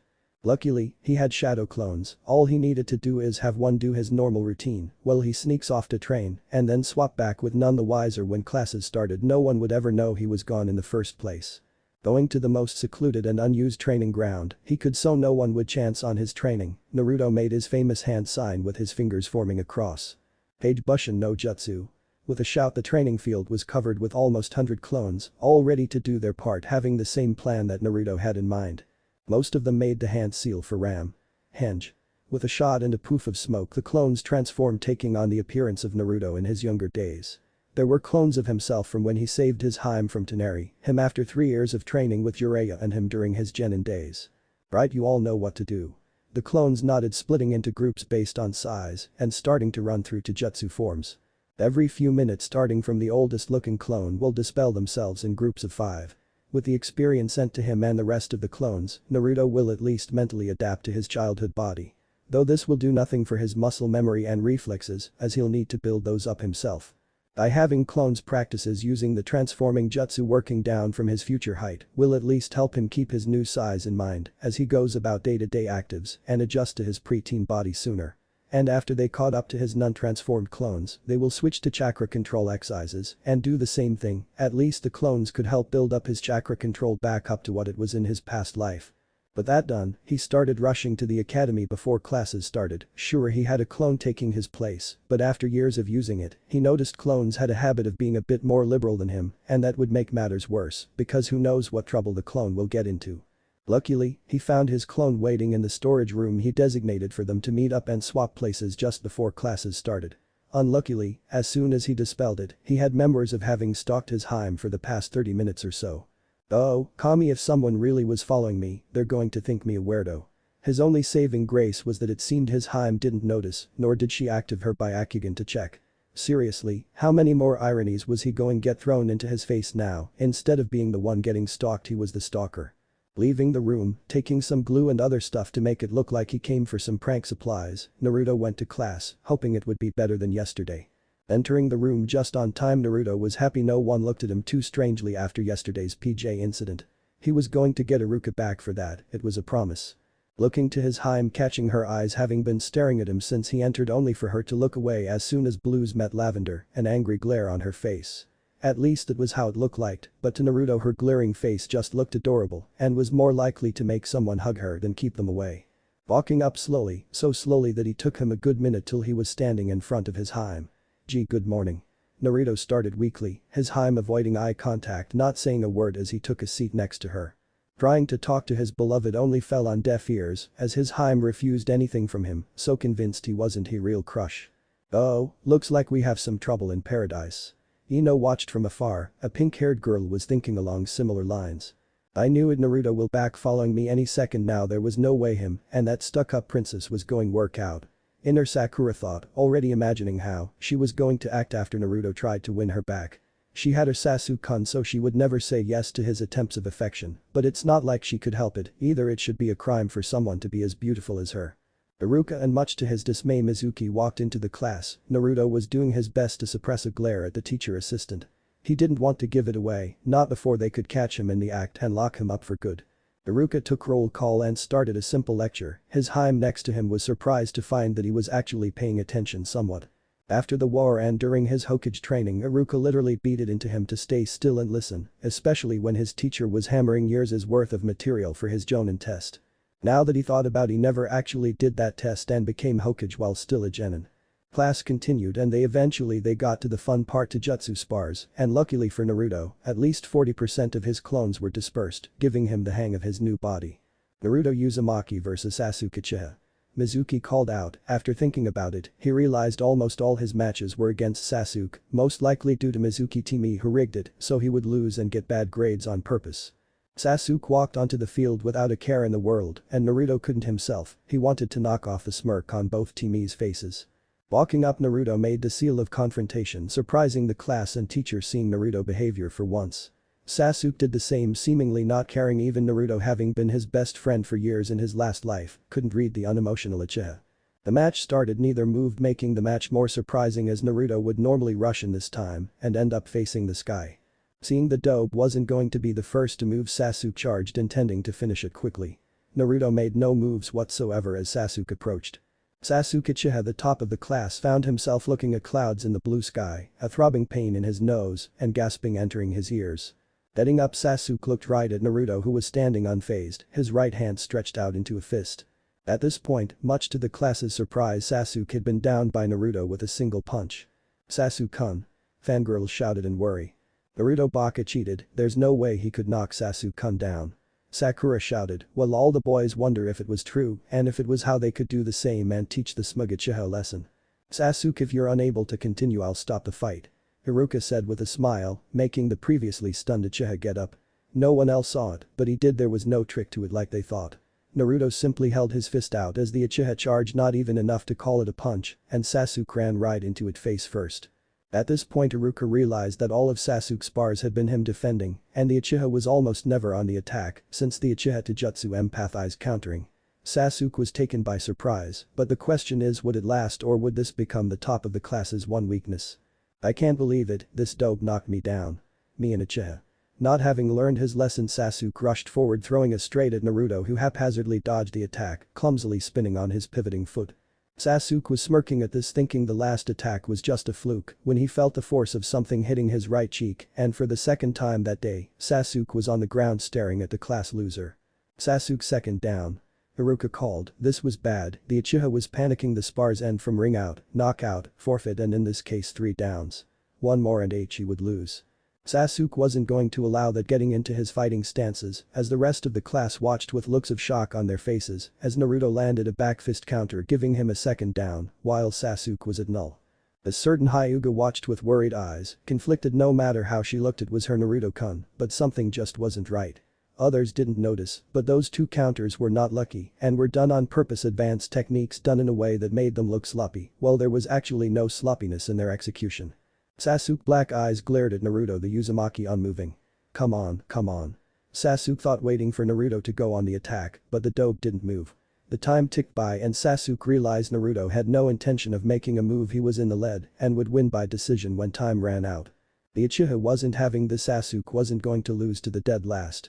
Going on the attack, but prepared for anything. Sasuke watched with satisfaction as Naruto stayed on the defense, getting slowly pushed back. Yes, take that dope, you should have never tried to fight an Uchiha. At the exact moment he thought that, Naruto stopped in tracks, Sasuke hitting his finisher right straight. But Naruto seemed to vanish as it was about to land, the momentum carrying him forward and tripping over something. The Uchiha flipped forwards, landing on his back. Winner Naruto Uzumaki. Iruka called, shocking the class speechless. Sasuke blinked as he heard the words. Winner Naruto Uzumaki. No, that was wrong, he clearly tripped, it was a slip, not a down.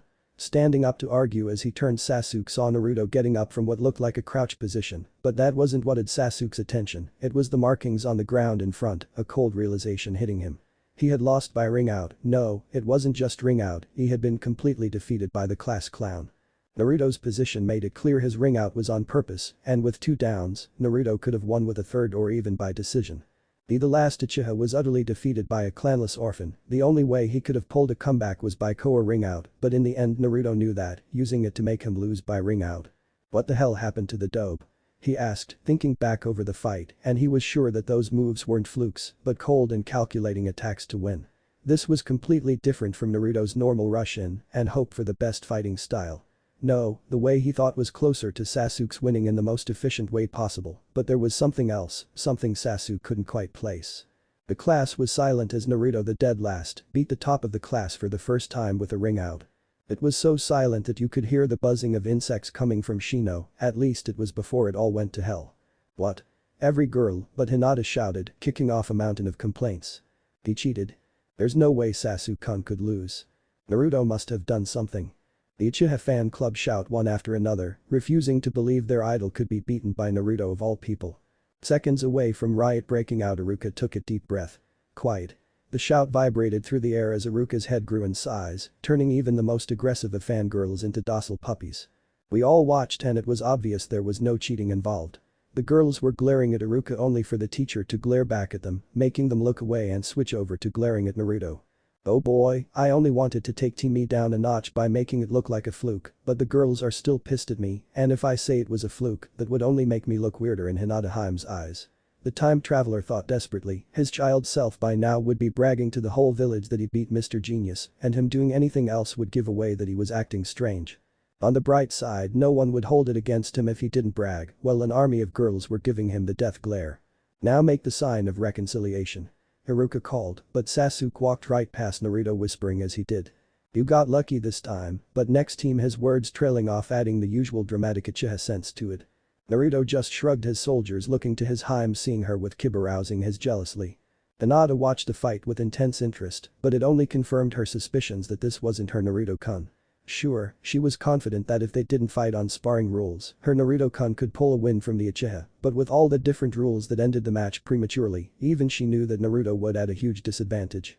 His endless stamina, one of his best traits, made useless in these types of fights.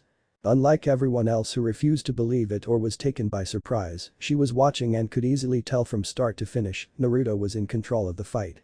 Her Naruto-kun has never fought like that, which only begged the question, where was her real beloved? Man, Hinata, what the hell did you do?